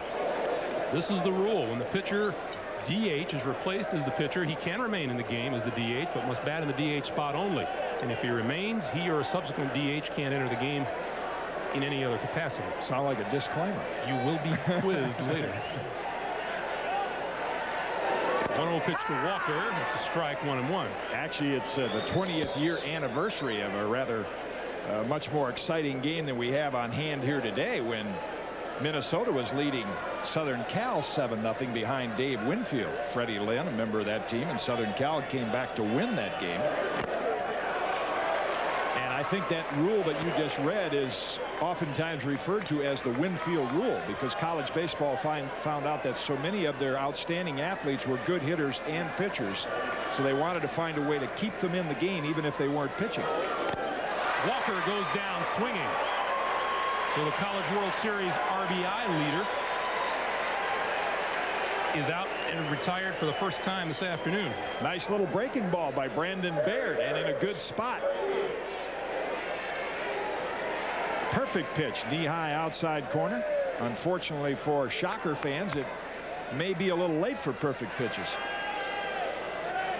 Here is Berrios. A single and a strikeout in 2 trips to the plate. That's ball 1. You mentioned Freddie Lynn. While we're thinking about it, certainly a tip of our cap to our ESPN colleagues, Freddie Lynn and Mike Patrick and Steve Garvey and Tim Brando, for their usual outstanding job covering the College World Series here in Omaha. Well, and as much as we enjoy coming in here for just our couple of games, I've had the privilege of doing it for the entire series before. And it's a great experience, and that entire crew, from the production crew to the broadcasters, they love their stay in Omaha as we do, and they do a great job. What's the call? Larry Conley. I left out Larry Conley. Kill me for that. That's right. Big baseball fan. The former Kentucky Wildcat.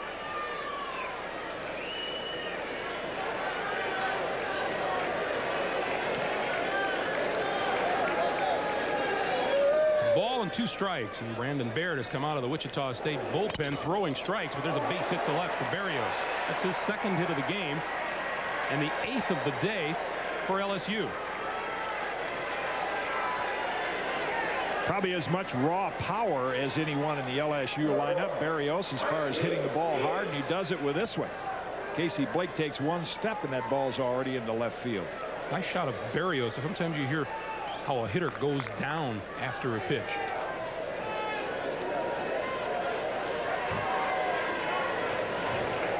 Here's Mike Neal.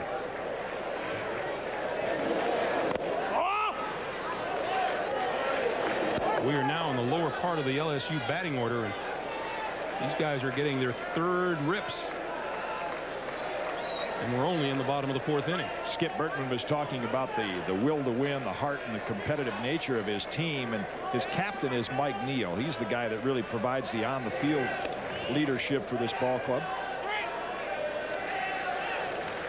People might say, well, what is a leader in a baseball team? What do? Run up and down the bench, hitting guys in the helmets and stuff. But when times are a little down, like yesterday when there were 2 runs down in the 9th inning.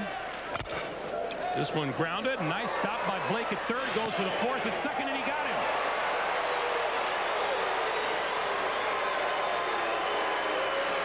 Ron Graham, the umpire out at 2nd base, says the throw beat him. And that's 2 out. Yeah, remember the Adrian Antonini slide when he violated the rule and roll blocked into 2nd base. But watch what can happen when you go in feet first.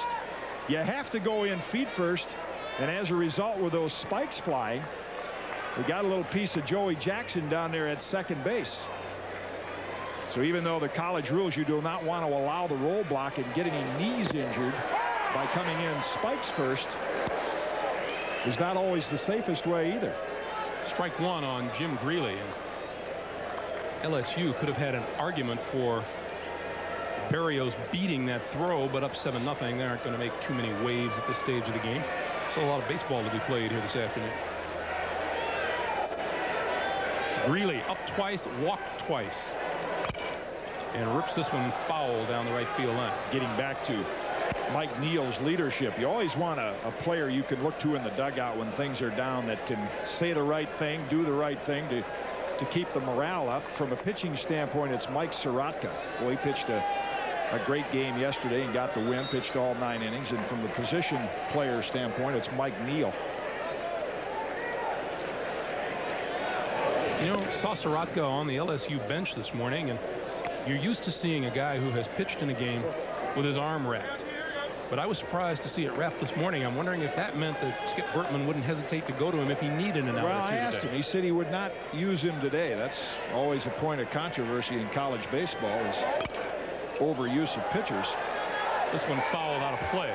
But Skip Bertman was a pitching coach for Ron Frazier. He was a pitching coach on the Olympic team in '88 when Jim Abbott and Andy Bennis and Ben McDonald were there. So even though he calls the pitches and dictates the game, he controls how many pitches they throw and tries his best not to abuse college pitchers.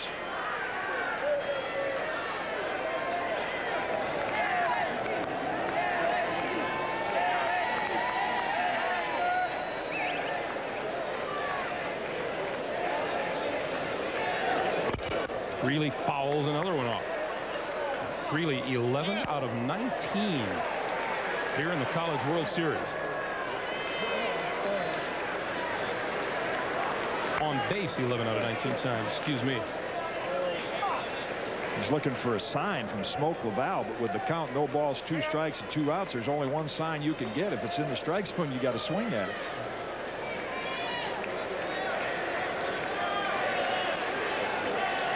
Oh-2 pitch. Lined up the middle and into center field. That's another hit for Greeley, and on the play, Neal will stop at second. That on-base percentage for Greeley just keeps going up. Well, they're tacking on now. The LSU Tigers even taking pitches out of the strike zone. They're very comfortable with the big lead. They've come in here and shown how they can win games by swinging the bat, even though they may not be the best team in the field. And now you can bet in that dugout they're all saying, I want to go deep. I want to get an extra base hit. They want to pad the stats a little bit and increase the lead. You saw Jim Greeley's own private fan club in the stands there. He's on at first, Neal at second, 2 out, and here's Antonini. Walked in the second and took a Darren Dreifert pitch in the shoulder in the third.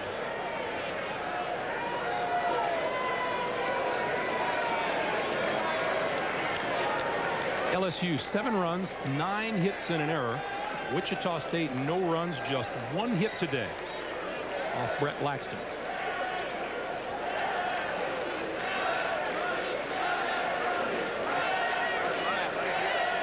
There go the runners. Grounded to third. Blake will go to first on the play, and that'll do it. First time this afternoon LSU has been held scoreless. We've played 7-0 Tigers, and we'll come back to Rosenblatt Stadium after this message and a word from your local station.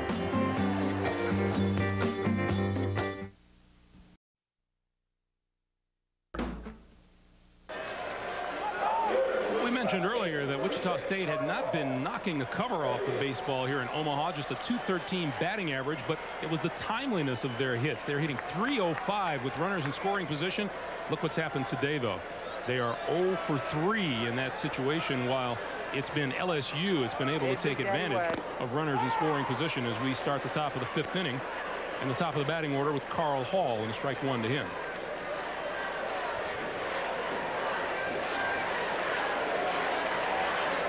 Hall, a called third strike and a fly out to short left field, and he's down in the count 0-2. Same old thing with those baseball statistics. You can have fun with them, flip them around, slant them about any way you want to, but what you just pointed up there, that's what a coach looks for. Give me a hitter that can deliver with some men in scoring position, even though the average might be a little low. The time, like Casey Blake did the other night, 5 RBIs at the right time. That's what got Wichita State to the final game undefeated.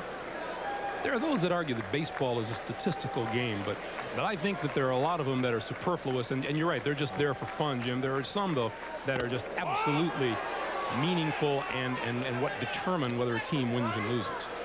Most of them start with pitching and the performance of your starting pitcher. And that's a strikeout.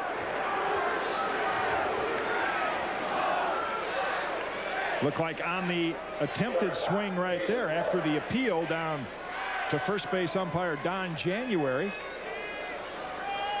Carl Hall felt he held up on the swing. January said no. Laxton has another strikeout. Jason Adams with a called strike. Laxton now with 8 strikeouts in 4 1/3 innings. And Adams has the only base hit off of him, a single back in the 3rd inning. So 2.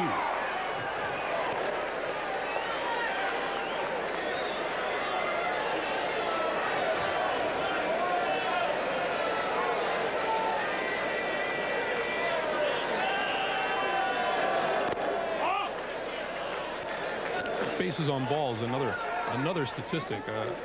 A base on balls won't hurt a pitcher unless he's giving up base hits after that. If, however, he's the kind of pitcher who can bear down and get a hitter with runners on base, and he isn't hurting himself. This one in the short right field. Walker calls and then is called off by Berrios for out number 2. That's a good point. Today's starting pitchers are an example of that. See, Travis Wyckoff, because he didn't have the power to work out of jams, he's not a hard thrower. He walks a couple guys and it hurts him. Brett Laxton, on the other hand, is a hard thrower. He might walk a couple of men, put them on base, but we've seen today that he has the power to get the strikeout and work out of jams. So you're right, the base on balls does not affect him as much as it did Wyckoff. Here's Richie Taylor. Ball 1. You know, you're good on the odds, and I knew that I'd be right before I got out of Omaha at least once. At least once. I thought you were right all the time. You thought Ron Frazier had nice socks too, didn't you? 1-0 to Taylor. 1-1. I'm sure Skip Bertman, as he looks at his freshman right-hander, would hope to see what he saw in Ben McDonald when Ben McDonald came into this program as a freshman and pitched right here in Omaha at the College World Series, because he has that same kind of raw talent. You start with the arm and then work on the polish in your sophomore year and hope by your junior year you're the pitcher that Ben McDonald was in the college level. 2 balls and a strike now to Taylor. Laxton just cruising along, and you assume he gets out of this inning like this, and he has a 1-hit shutout so far. From here on out, whatever he gives Skip Bertman is gravy.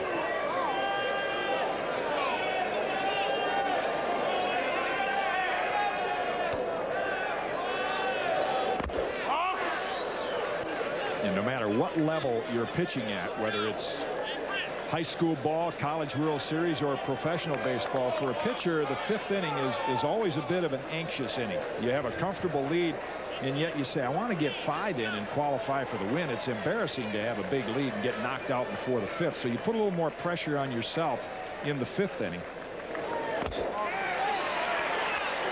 And Taylor is on for the 2nd time today with a base on balls. Then if you get through that one, you'll notice that on every level how much more relaxed pitchers are in the 6th. And then they come out and they've kind of taken that deep breath. They say, okay, I got over that 5th inning anxiety. Now I feel a little better about myself. But it sure is easy for someone who is not out on that mound to tell someone who is out on the mound to relax. Yeah, I am relaxed. Get out of my way. Toby Smith, a swing and a miss.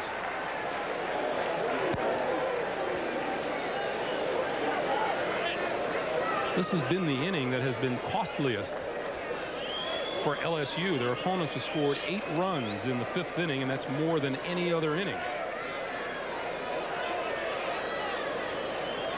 Smith struck out swinging to start the 2nd, grounded out to 2nd to end a mild threat in the 4th. That's strike 2.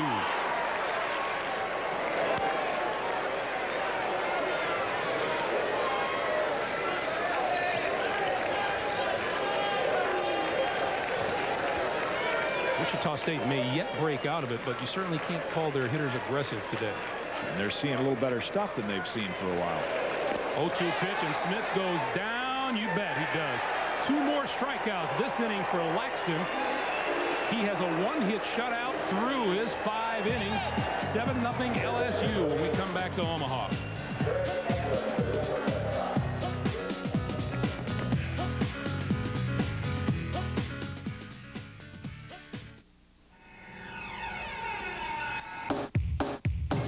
The stars will always shine, the birds will always sing.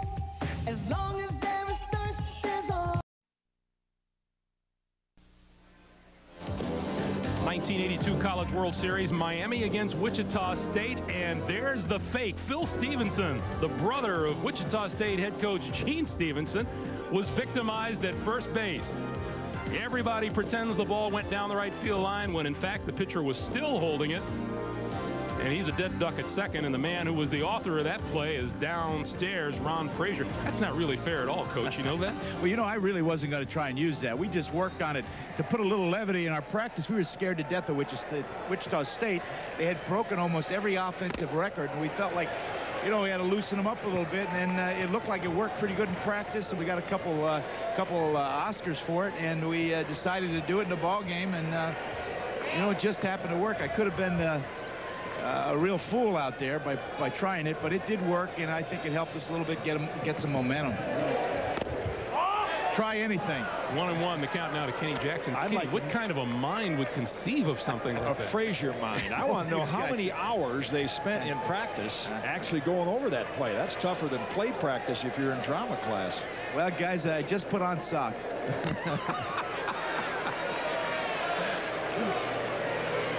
A ball and 2 strikes to Kenny Jackson.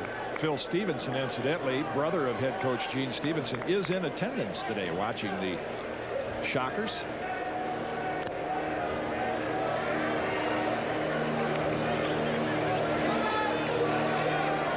Brandon Baird working his 2nd inning of relief for Wichita State. Strike 3 called, and chalks up his 2nd strikeout of the afternoon. We remind you that once we wind things down here in Omaha, we'll have live 3rd round coverage of the Buick Classic from Westchester, New York.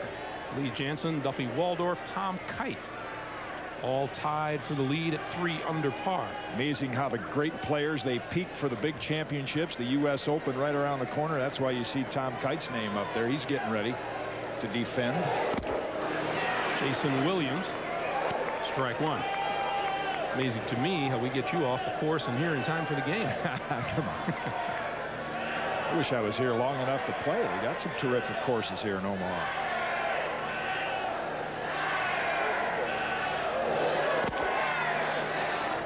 Your handicap? No, it's my entire bag of clubs. Making solid contact with the ball. 1-1 to Jason Williams. 1-2. Well, we've seen Baird now throw a couple of really nice breaking balls. He struck out Todd Walker, just racked up a strikeout to lead this inning off, and this is such valuable experience. Wichita State has a habit of coming back here. They've been in the championship game every other year since '89, so as a junior you might see Brandon Baird in a more pressure-packed situation here. Strike 3 called, and another called 3rd strike for Brandon Baird. 2 up and 2 gone, and here's Armando Rios. Throws the curve on the outside corner for a strikeout. Now he comes back with a well-placed fastball. So a good outing despite Wichita State being 7 runs down in the ball game. Impressive by Brandon Baird.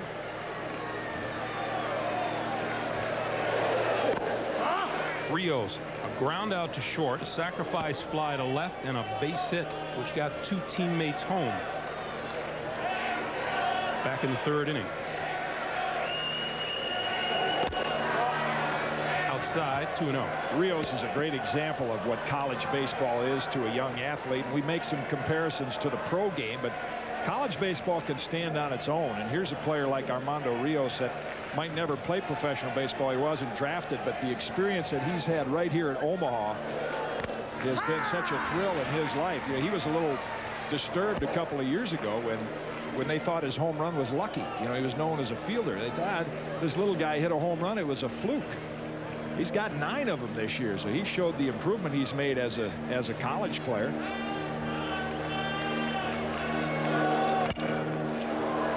Hit in the air to center field. Drifting back is Taylor near the warning track now and makes the catch.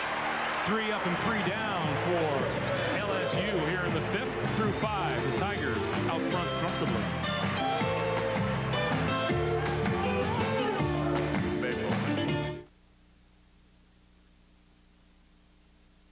Michael Jordan in Hanes briefs.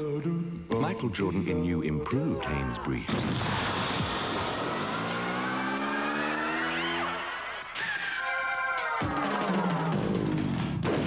The new comfort of Hanes briefs. Better fit, better feel, better than ever. Just wait until we get our hands on new. Now buy 2 packages of Hanes underwear and the new video Michael Jordan Airtime and get $5 by mail. You are here. He has the traveler's checks here. Think about that. Now think about this. American Express traveler's checks for 2. The only checks either of you can use. Don't leave home without them. Ah, thank goodness we found you. Because we'd never forgive ourselves if we let you miss this opportunity. You can now buy an Oldsmobile Achieva Special Edition with air, automatic, anti-lock brakes, and more for only $14,695. Well, your neighbors certainly thought it was a good deal. It's your money.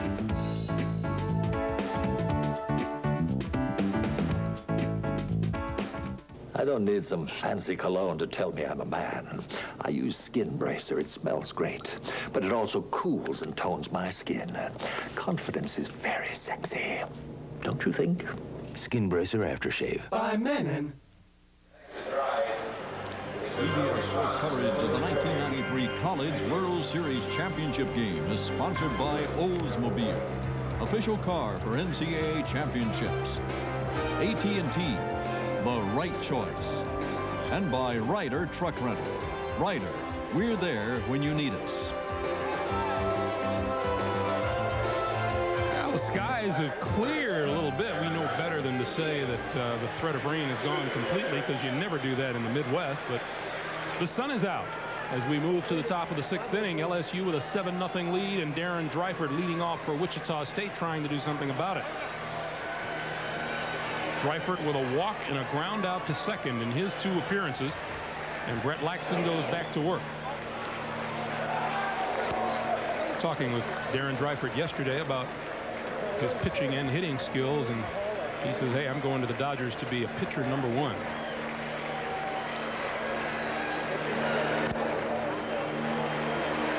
Ball 2. 319 hitting team during the season, and 193 here in Omaha. You know, even Gene Stevenson himself at the beginning of the week said it's not always. Dreifert, hard one, and it takes a hop past Jason Williams at third.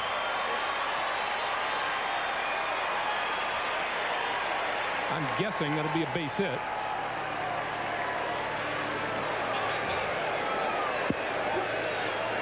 Five errors yesterday, and it was Jason Williams' error in the 9th inning that looked like it might be costly for the Tigers. That one took a high hop and was ruled a base hit.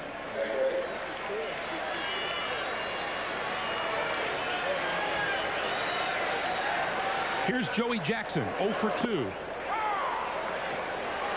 Finish the comment, I was going to say that Gene Stevenson said it's not always the best team that wins here in Omaha.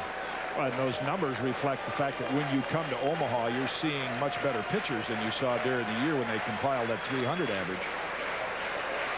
Jackson a little late on the swing and is now down 0-2, and down in the LSU bullpen, number 31 is Will Hunt, beginning to loosen up.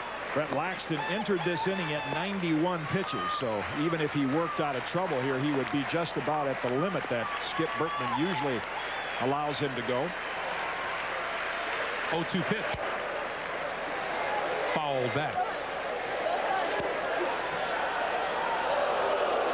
You may find a team that has just played well enough to get here, but then all of a sudden kicks it in gear, and those are the guys you have to worry about.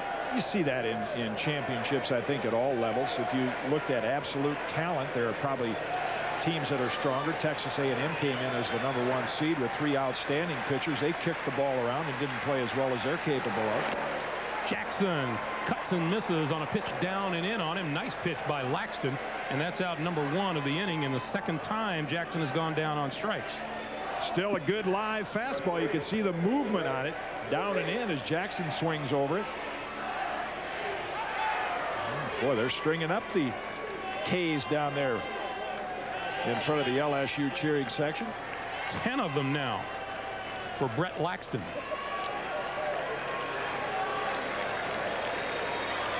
Here's Casey Blake. Nice bunt at the third base line, but it'll roll foul. Nice idea for Blake. Wichita State needs base runners, and Jason Williams was deep behind the bag at third.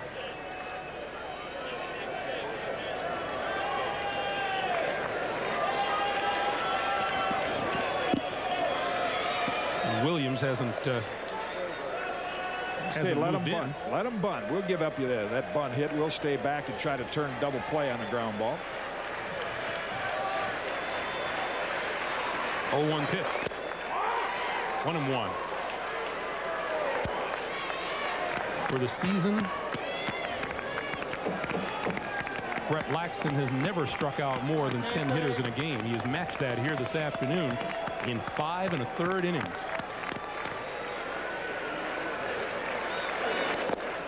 And 2. And Wichita State has taken a lot of called strikes today. I think their approach being down 7, and maybe in the entire game, was that the question mark on Laxton in a pressure game like this, could he throw strikes? So they're trying to be patient, work him into deep counts, but he's taking advantage of the lead and challenging the hitters. 1-2 pitch, strike 3 called on the inside corner. 11 strikeouts for Laxton. We had a chance to talk with LSU head coach Skip Bertman, and he told us about his young freshman pitcher. This guy has pitched in national championship competition for American Legion World Series twice. He was in Fargo, North Dakota for the finals last year, and he won the year before. He is not likely to be nervous.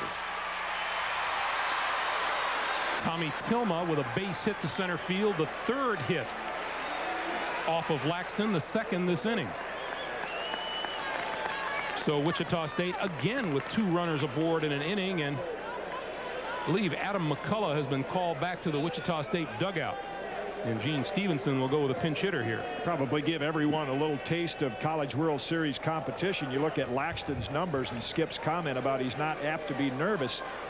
I think that's one thing that college baseball and competition does for players, as well as helping you mature as an all-around person. Is if we brought up Freddie Lynn's name, and he's played in World Series competition, and he'll look back on the college experience and say, hey, I played in big games before. I know the pressure of playing in a College World Series or a Pac-10 conference final, the kind of competition that these players come out of. So they're used to handling these situations, even though they're only 18 or 19 years old.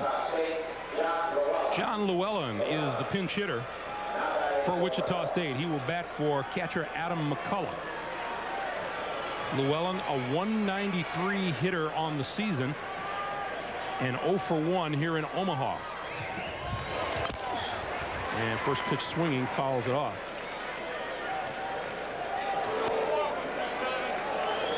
Wichita State had 2 runners in the 2nd, 2 more in the 3rd, 2 in the 4th, 1 in the 5th, and 2 here in the 6th. They're still looking at goose eggs on the scoreboard. 0-1 pitch. Strike 1. Oh, strike 2 rather.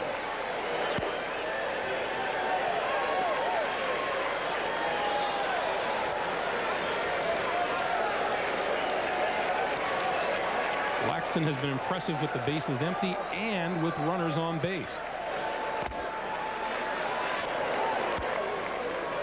Has been the epitome. Talk about a pitcher that goes after the hitters.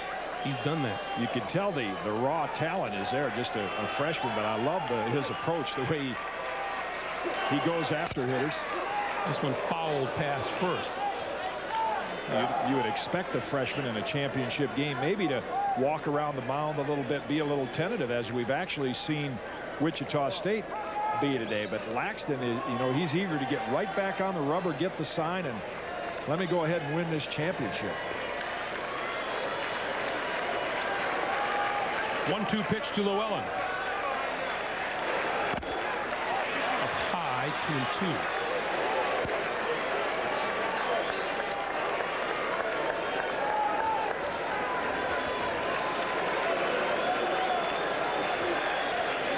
Adrian Antonini sending the signs out. 2 balls, 2 strikes, 2 on, 2 out here in the 6th inning.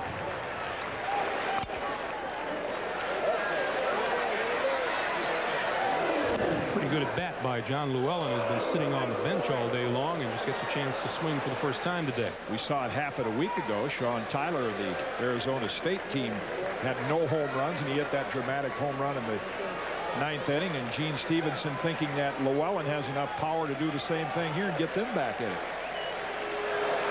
Strike 3 called. Laxton strikes out the side. Wichita State strands 2 more. Will go to the last of the 6th. 7-0 LSU.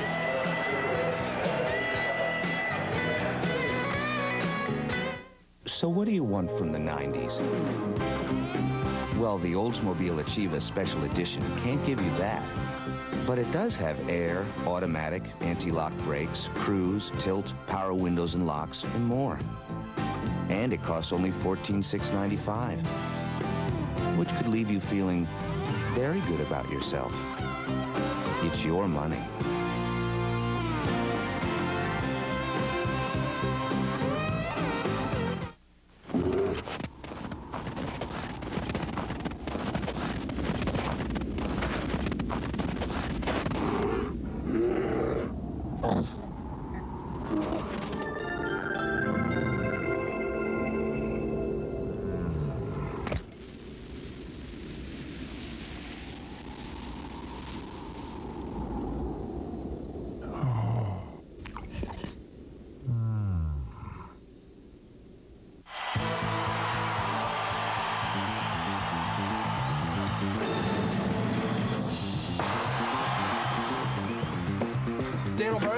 Okay, Dan, I'll show you to your truck.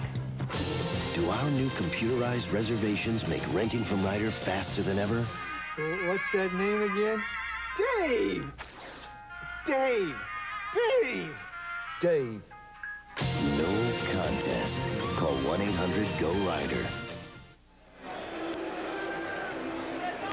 Welcome back to Omaha, where LSU will hit in the last of the 6th inning, leading 7-0, and a new catcher in the ball game for Wichita State. Adam McCullough was pinch hit for in the top half of this inning, and Darren Wheeler has come on to catch for Gene Stevenson.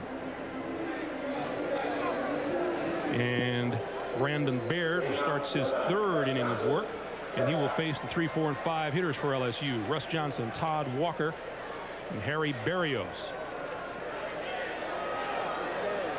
A threesome that has accounted for 5 hits.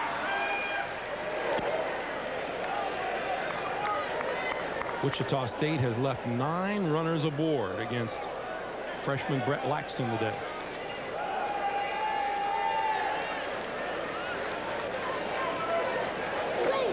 LSU has left 7 aboard, but that's after a couple of them have come dancing across the plate. Yeah, Laxton talked about batting averages, men on base. What Wichita State had done before today, his pitches with men on. That's where he really takes it up another notch.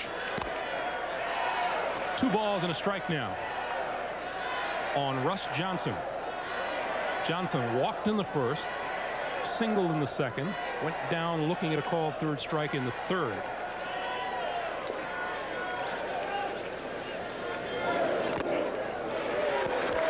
Ball tipped at the plate. The count is even at 2-2. See him fall across the plate on that swing. The dugout's got to be real loose right now for LSU, so amongst the hitters, you kid one another. I'm going to hit one out before you do. You're up there freewheeling behind an account. You can't blame him. So I'm going to dig in, take a swing. I want to get a home run in the College World Series.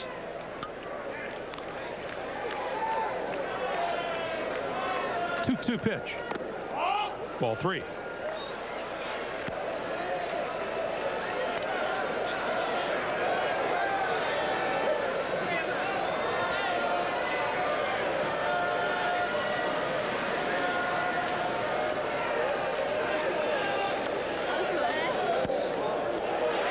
LSU with another runner aboard to start the 6th inning. 2nd time Johnson has walked today, and the 6th time that LSU has coaxed a base on balls out of a Wichita pitcher.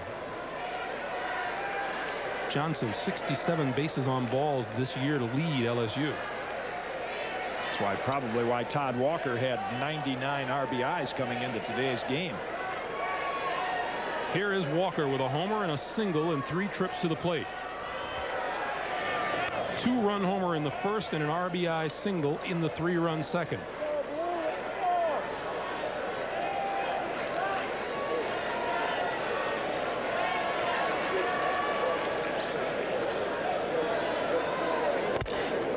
Breaking ball fouled past first. He said just prior to his game-winning hit against Long Beach yesterday afternoon that He had never had a feeling like he had when he walked up to the plate. He said, I just knew we were going to win this game. It's a big day for him because he came in as the leading hitter, and he had not hit well up until yesterday. He got 4 knocks in yesterday's game, including that home run. And that happens with a lot of outstanding hitters at all levels. Once they break through and get that one to start a game, look out. He got 4 of them yesterday.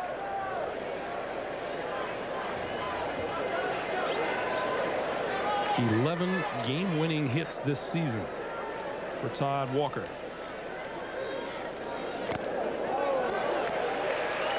Oh, and 2.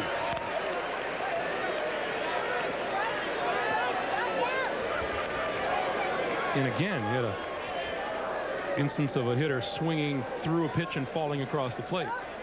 They want to put just a little bit extra on that swing right now with the comfortable lead.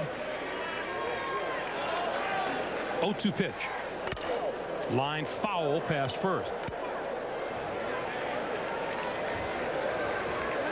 Crowd is probably sitting here at Rosenblatt, many that have been here for all of the sessions, saying, well, when's the action going to start? We see it so often in tournaments of all types of sports where the anticipation of the championship game, because you've had so many great ones leading up to it, and then oftentimes it's just kind of a casual sit back and watch as you are today.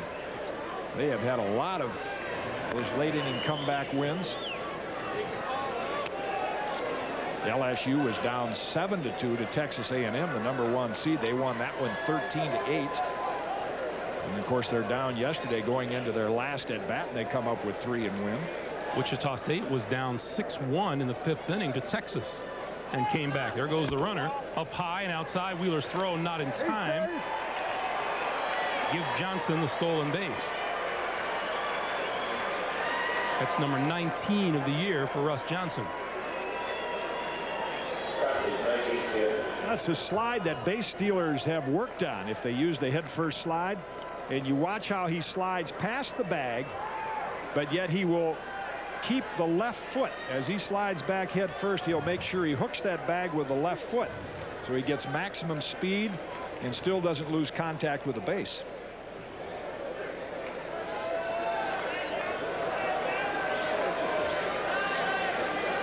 A ball and 2 strikes to Todd Walker.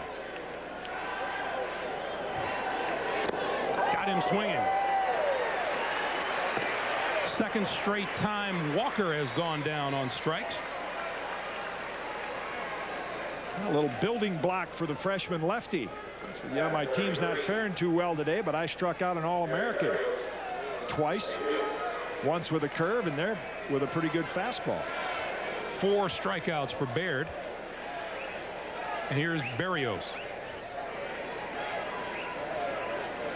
A couple of singles with a strikeout in between. The throw back to second and almost thrown into center field.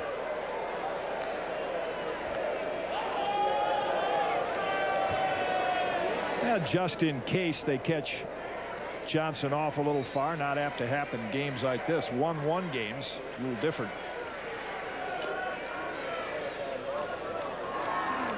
There goes the runner.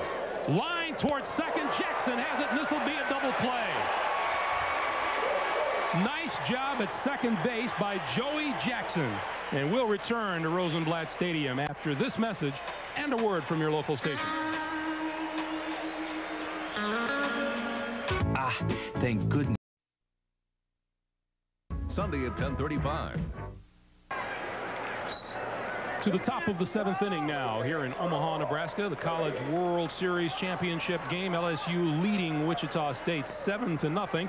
And freshman Brett Laxton working on a 3-hit shutout. The Shockers hoping he'll hit some kind of a wall here in the 7th. But Jason Williams short hops the grounder at 3rd. And out #1, that's leadoff man Carl Hall. Skip Bertman knowing that wall could be coming soon for Brett Laxton and his bullpen going. But he has done everything you could ask of a freshman in a championship game situation. Even though he's walked a few hitters, he's made the big pitches with men on, and early in the innings like he did there, he's forcing Wichita State now because he proved he can throw strikes, make them go after the pitches early. Jason Adams, grounder between first and second, takes a hop on Toby, or rather on first baseman Kenny Jackson. And that's out into right field.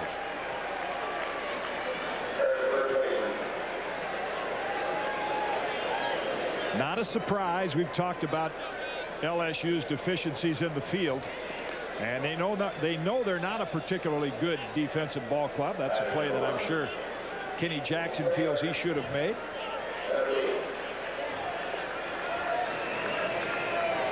Give Kenny Jackson an error over at first, the second of the day on LSU. And here's Richie Taylor.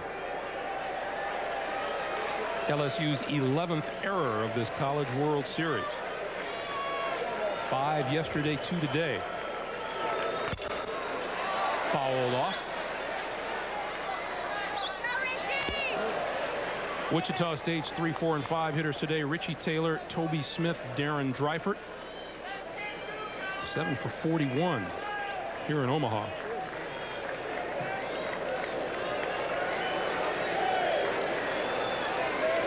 Today, of the 3, Dreifert has the only hit. There goes a runner. Fouled away, 0-2.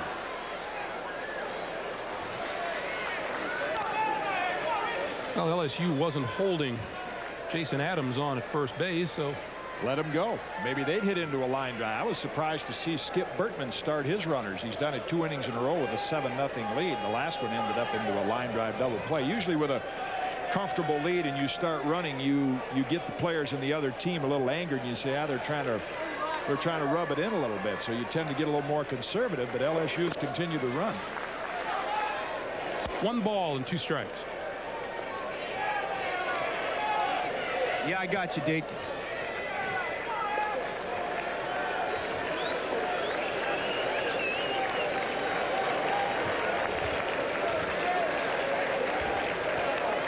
Adams at first on an error.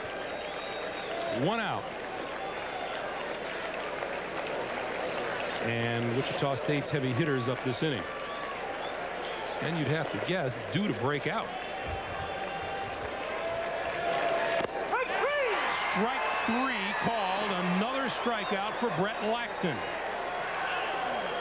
2 down now, and here's Toby Smith. And let's go down to Coach Ron Frazier. Ron, I'd like to know, with a big lead at this stage of the game, what's the biggest problem for a coach with his team well out in front as Skip Bertman has his Tigers right now? Well, you got to be real careful that you don't lose momentum. And I think that's what's happening here. And I think Skip wants to get it back on track again. And he's starting to move some runners. And I think that you'll see him trying to score some runs in these next few innings. It's not a question, of course, running it up on somebody. It's just that they don't want to lose that momentum and go into late in the ball game, kind of, with maybe Wichita State getting something going and scoring some runs. A sense of complacency and security would be your worst enemy at this time of the day. There's their momentum right out there in the mound with number 27 on his back. That'll stop any kind of momentum from the other team. But I can see Ron's point on the college level, where you don't have maybe an #1 closer to come out of the bullpen. You want to try to take advantage of opportunities you have to tack on some additional runs. A ball and a strike to Smith. That's up high, 2-1. Nice place to sit and watch a College World Series game. Every year you come back, they make more and more improvements at Rosenblatt Stadium. Some seats due to be added by this time next year out in the right center field area. Smith takes ball 3.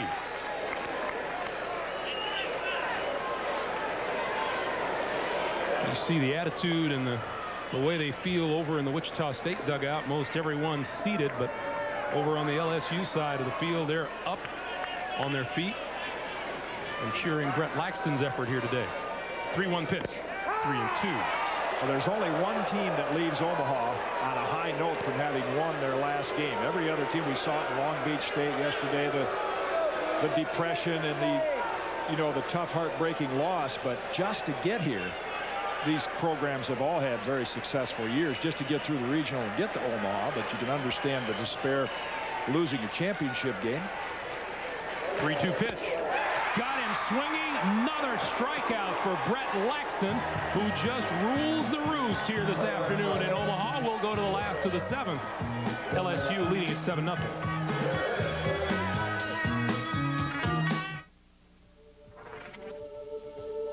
Have you ever borrowed a book from thousands of miles away?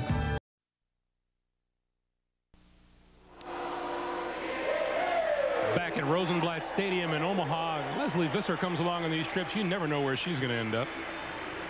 One of the great traditions of the College World Series is Zesto's ice cream stand, which has been here right outside of Rosenblatt Stadium for 43 years, and they're famous for their hot fudge milkshakes. Well, Americans consumed 800 million gallons of ice cream last year. I bet you might have had a couple of scoops, and none of it was better than the stuff they sell here at Zesto's. Greg Gumbel and Jim Cott, I know this is your idea of a Happy Meal. We do take part every once in a while. What flavor is yours? This is banana. And mine is mayonnaise. Yeah, she's right about that. If you vegetarian. Yeah, but if you come to Omaha and come to the College World Series, you have to make a stop over there. That's part of the tradition also. Well, part of our tradition. We go to the bottom of the 7th inning. Mike Neal, Jim Greeley, Adrian Antonini for LSU. The Tigers lead it 7-0.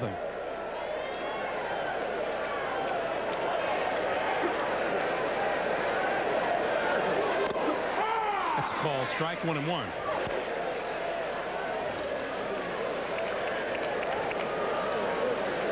Brandon Baird has done an outstanding job since coming on in relief for the Tigers back in the 4th inning. I'm trying to think of how long it's been since I've seen this impressive a performance in a championship game by a freshman. Wichita State won in '89 with Greg Brummett, who's now in the big leagues. And he was not a freshman. And of course, LSU has produced some good pitchers, Chad Auger and Paul Bird, both on some great teams for LSU. But very seldom has a team come in here and sent a freshman to the mound and have him put on a dominating performance. I mean, this is like going back to the days of Greg Swindell at Texas when he was a freshman. 2 balls, 2 strikes, the count to Mike Neal, and that's ball 3. Boy, you want to talk about just how impressive Brett Laxton has been. 14 strikeouts today. That is the 2nd most strikeouts. The College World Series record is 15. Tom Burgess did it for Arizona State back in 1967. This one hit down the left field line. Tilma on the run is there, makes the catch. An LSU school record is 16. Mark Guthrie struck out 16 for LSU back in 1984, so it's quite a performance by the freshman. We've had a chance to see his father in attendance here, his parents actually. His father, Bill, was a big league pitcher. He won 3 games in a brief career, 5 or 6 years, and he's got to be looking out at his son and saying, boy, he's going to carve out more of a big league career than I had. Bill Laxton was a left-hander.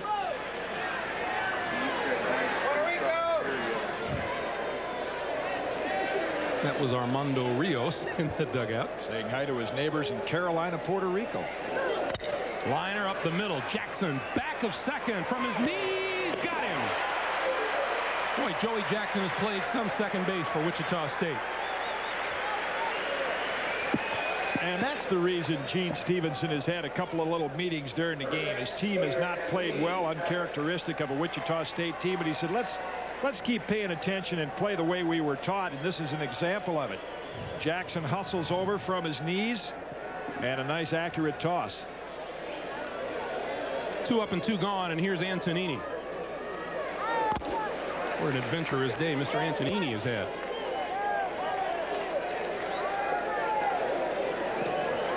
Walked in the 2nd, hit by a pitch in the 3rd, grounded out to 3rd in the 4th. And this one down to 3rd. Blake. And just like that, LSU is disposed of here in the 7th. 2 shots left for the Shockers at Brett Laxton. We'll be back to Omaha in a moment. Yeah, I looked at the BMW and the Lexus. And? I drove this. The power, the handling, the control. It was incredible. Really? It's got leather, ABS, dual airbags. It's even supercharged. I could have spent a lot more on the BMW or the Lexus. But why? What is this? The new Bonneville SSEI. We are driving Very nice. Ben and Connie Studebaker look at things differently since they became parents. I'm Roger Cool. I'm their State Farm agent. Having a family brought a lot of changes in their lives, so we thought it was a good idea to sit down and have a family insurance checkup. We started by adding to their life insurance protection. Then we went over all their family insurance to help make sure their coverage was up to date. After all, you never know what could happen. And like a good neighbor, State Farm is there. You are here. He has the traveler's checks here. What can you do? Well, do this. Carry American Express traveler's checks for 2. The only checks either of you can use. Don't leave home. Don't blame Desonex. Back in Omaha for the top of the 8th inning, and let's check in once again with Ron Frazier. Coach? Well, you know, Laxton has never gone and pitched more than 7 innings. This is the first time he's going into the 8th inning all year. He's got 123 pitches. Skip said at 110 he probably would be out of there, but he's dominating this game, so they're going on with it. All right, Coach, thanks very much. But he is keeping the bullpen ready, and there's a difference between allowing a pitcher, in this case, who's dominating a game, to keep on going and allowing a pitcher who it's obvious is not on his game to just stay out there and throw pitch after pitch. Top of the 8th inning, here is Darren Dreifert. Dreifert 1 for 2 with a walk. And strike 1. Laxton comes out throwing strikes.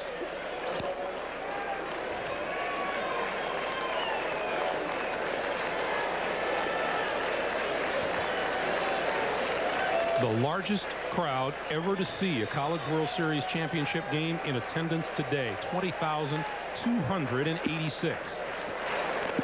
Strike 2 to Dreifert. I'm not sure, but I think in the 4 years that we've done this game, we've said that every year. Yes. Right? Every year we set a new record for attendance. And a new record for the entire series, 173,296. Congratulations once again to the folks here in Omaha who do an outstanding job hosting this event. 0-2 pitch to Dreifert. A ball and 2 strikes. There was some talk a few years ago about maybe some big league cities interested in getting the College World Series away from Omaha. But can you imagine putting 20,000 people in, say, a dome stadium that can hold 50? What it would do to decrease the atmosphere from Johnny Rosenblatt Stadium? There is strikeout number 15 for Brett Laxton this afternoon. Skip Bertman saying just go on with it. Sometimes you're going to get that first 9-inning complete game. Maybe it's today. I mean, there's no sign of laboring of Brett Laxton. He's feeding, I think, off the emotion of this championship game. And add Mr. Laxton to that championship game record. 15 strikeouts. He and Burgess are now tied for the most in a College World Series championship game. It's one thing to say, the scouts will say, yeah, he's got a 92-mile-an-hour fastball in the first inning. And then when you get to the 7th or 8th, maybe it's tailed off to 86 or 87. Into right field. Carl, or rather, right fielder for LSU, Harry Berrios is there for the catch. But in Brett Laxton's case, as Skip Bertman pointed out, he'll throw 92 in the first inning, and he'll throw 92 the last inning he's out there, and he's proven that. He has not lost anything off that fastball.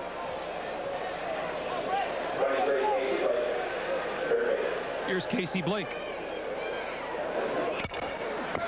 On the first pitch, down to second, Walker over to first, and another 1-2-3 inning for Brett Laxton. We'll go to the last of the 8th. LSU almost in cruise control now.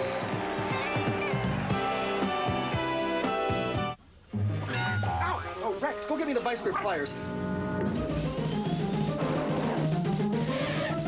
Rex! Get lost! Rex! Fix him!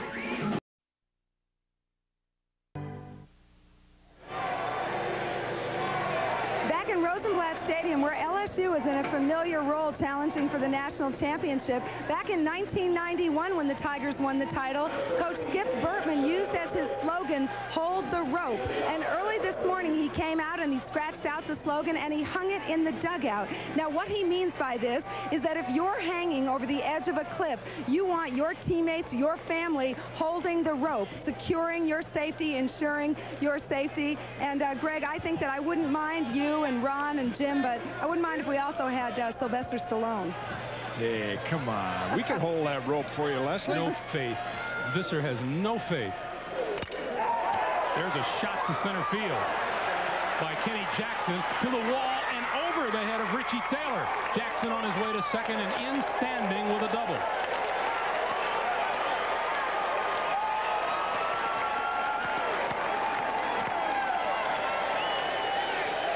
That's the first hit for LSU since Harry Berrios singled with one out in the fourth. Everybody wants a little piece of being a part of the winning the championship game, and Kenny Jackson rips this to the deepest part of the ballpark, and as soon as he got to second base, his teammates on the top step of the dugout were all acknowledging, you know, now you're part of the action too. You got your knock, got a little spot in the box score. Here's leadoff hitter Jason Williams, squared around the bunt and brought everybody charging in and took it outside and high for ball one. Last time there was a shutout in the championship game of the College World Series, Arizona State beat Southern Cal 1-0 in 1972.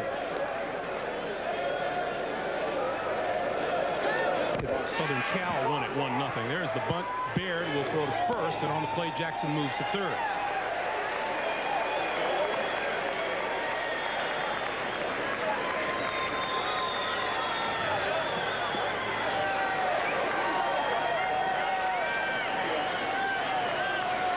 Jason Williams getting congratulated on the sacrifice, and here's Armando Rios. Everyone in the Louisiana State lineup has at least one hit, with the exception of catcher Adrian Antonini. And you might say he also has a hit. He took one on the shoulder back in the third inning. Here's Rios. A hit in the third and 2 runs batted in. In the air, left center field. Taylor will make the catch, and that gets the runner home from third, and LSU ups his lead now to 8-0.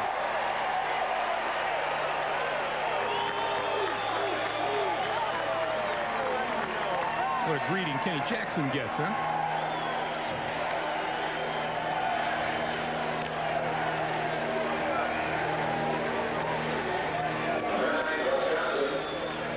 So the bases are empty now with 2 out, and here is Russ Johnson. It is an entirely different atmosphere over in the Wichita State dugout.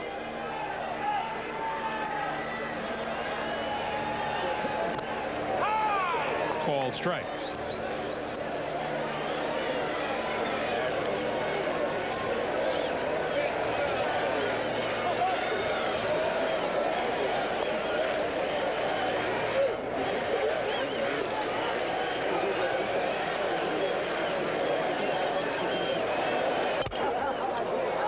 Short center field. Taylor is there. LSU puts one on the board, and Brett Laxton comes out to try to put the cap on a 3-hit shutout, leading 8-0.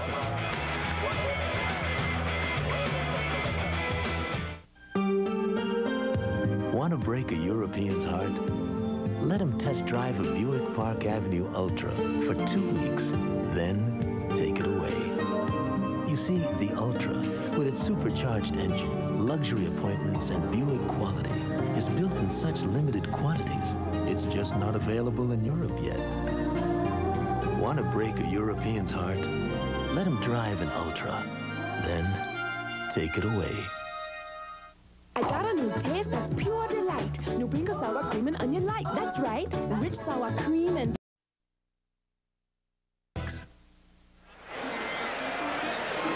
As As we go to the ninth, we have been privileged to witness just an outstanding performance by freshman right-hander Brett Laxton of LSU. He has allowed Wichita State no runs on just 3 hits, while the Tigers have posted 2 runs in the first, 3 in the second, 2 in the third, and another one for good measure in the 8th inning, and lead it 8-0 as we move to the 9th. Not bad for a pitcher who his only complete games during the year were 7-inning games, and his own coach said, "Nah, I can't expect much more than 6 innings and 110 pitches." He has thrown with very little effort and thrown hard the whole game. Tommy Tilma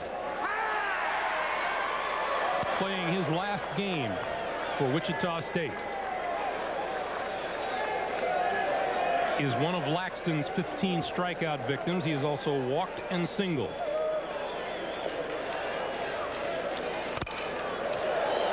To left center field. Greeley with the catch, and then has to hold off Rios. I think Armando made the right decision on that play right there, running into Greeley. You can see the difference in their size, and Greeley, see the lips move, he's calling it all the way. Hello, teammate.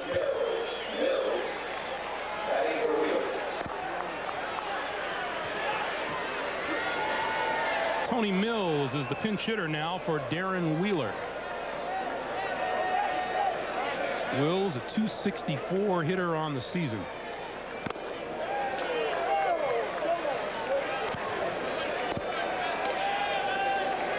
It would take a complete and total loss of stuff for Skip Bertman to remove this young man now.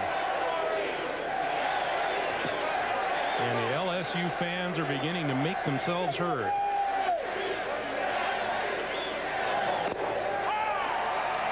And he is still throwing hard. Well, when you're a power pitcher, you feed off that kind of emotion. Now, if you're a crafty pitcher and you don't depend on a live fastball, then you don't want to get pumped up. You want to stay within your game. But Laxton has used this to his advantage. He just keeps getting more aggressive and throws harder. Strike 2.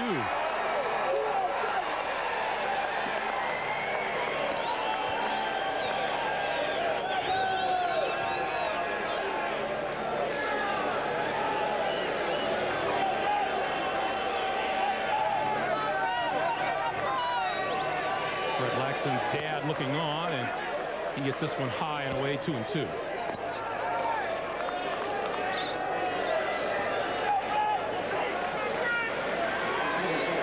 It's amazing how just 24 hours ago Skip Bertman was sweating through a ball game. They had 2 outs to go and 1 man on, down 2 runs yesterday before it fell apart for Long Beach State, or Dave Snow's team would have been here on championship day. 136 pitches now for Brett Laxton. Strike 3 call.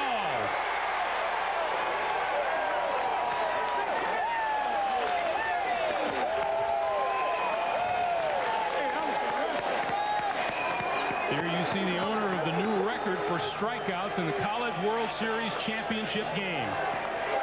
And in these days of very few complete games and the emphasis on the bullpen, that might stand up for a long, long time. Carl Hall. Ball 1 inside. The LSU dugout is primed for a charge.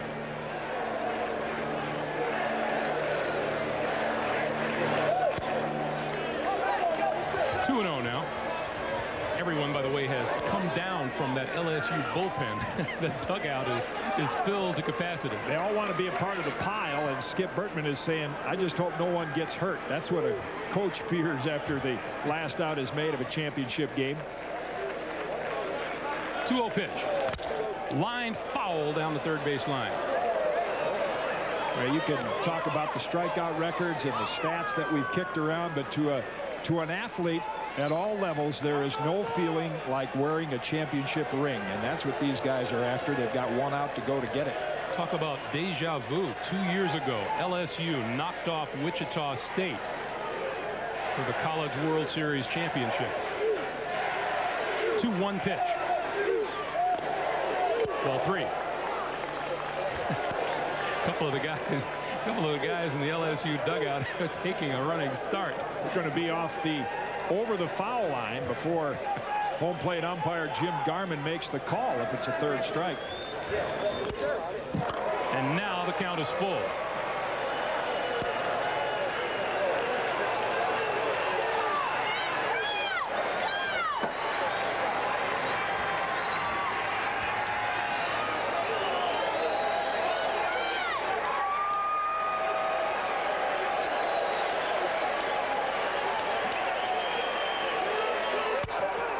To right field. Barrios making the call, and LSU has won it.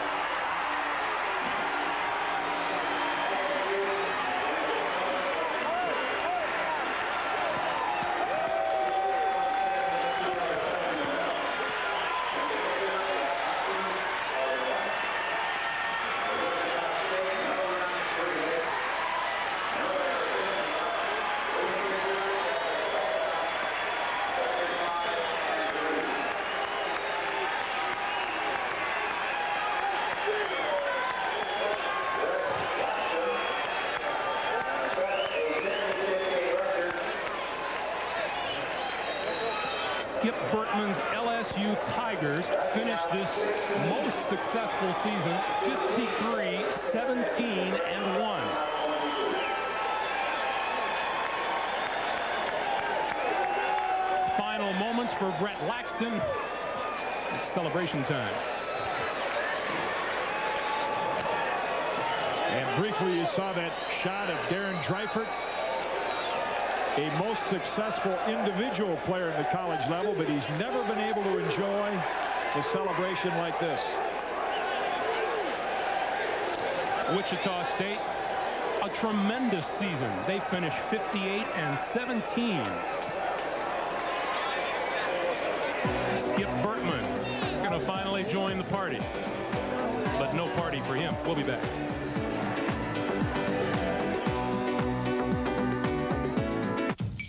You are here.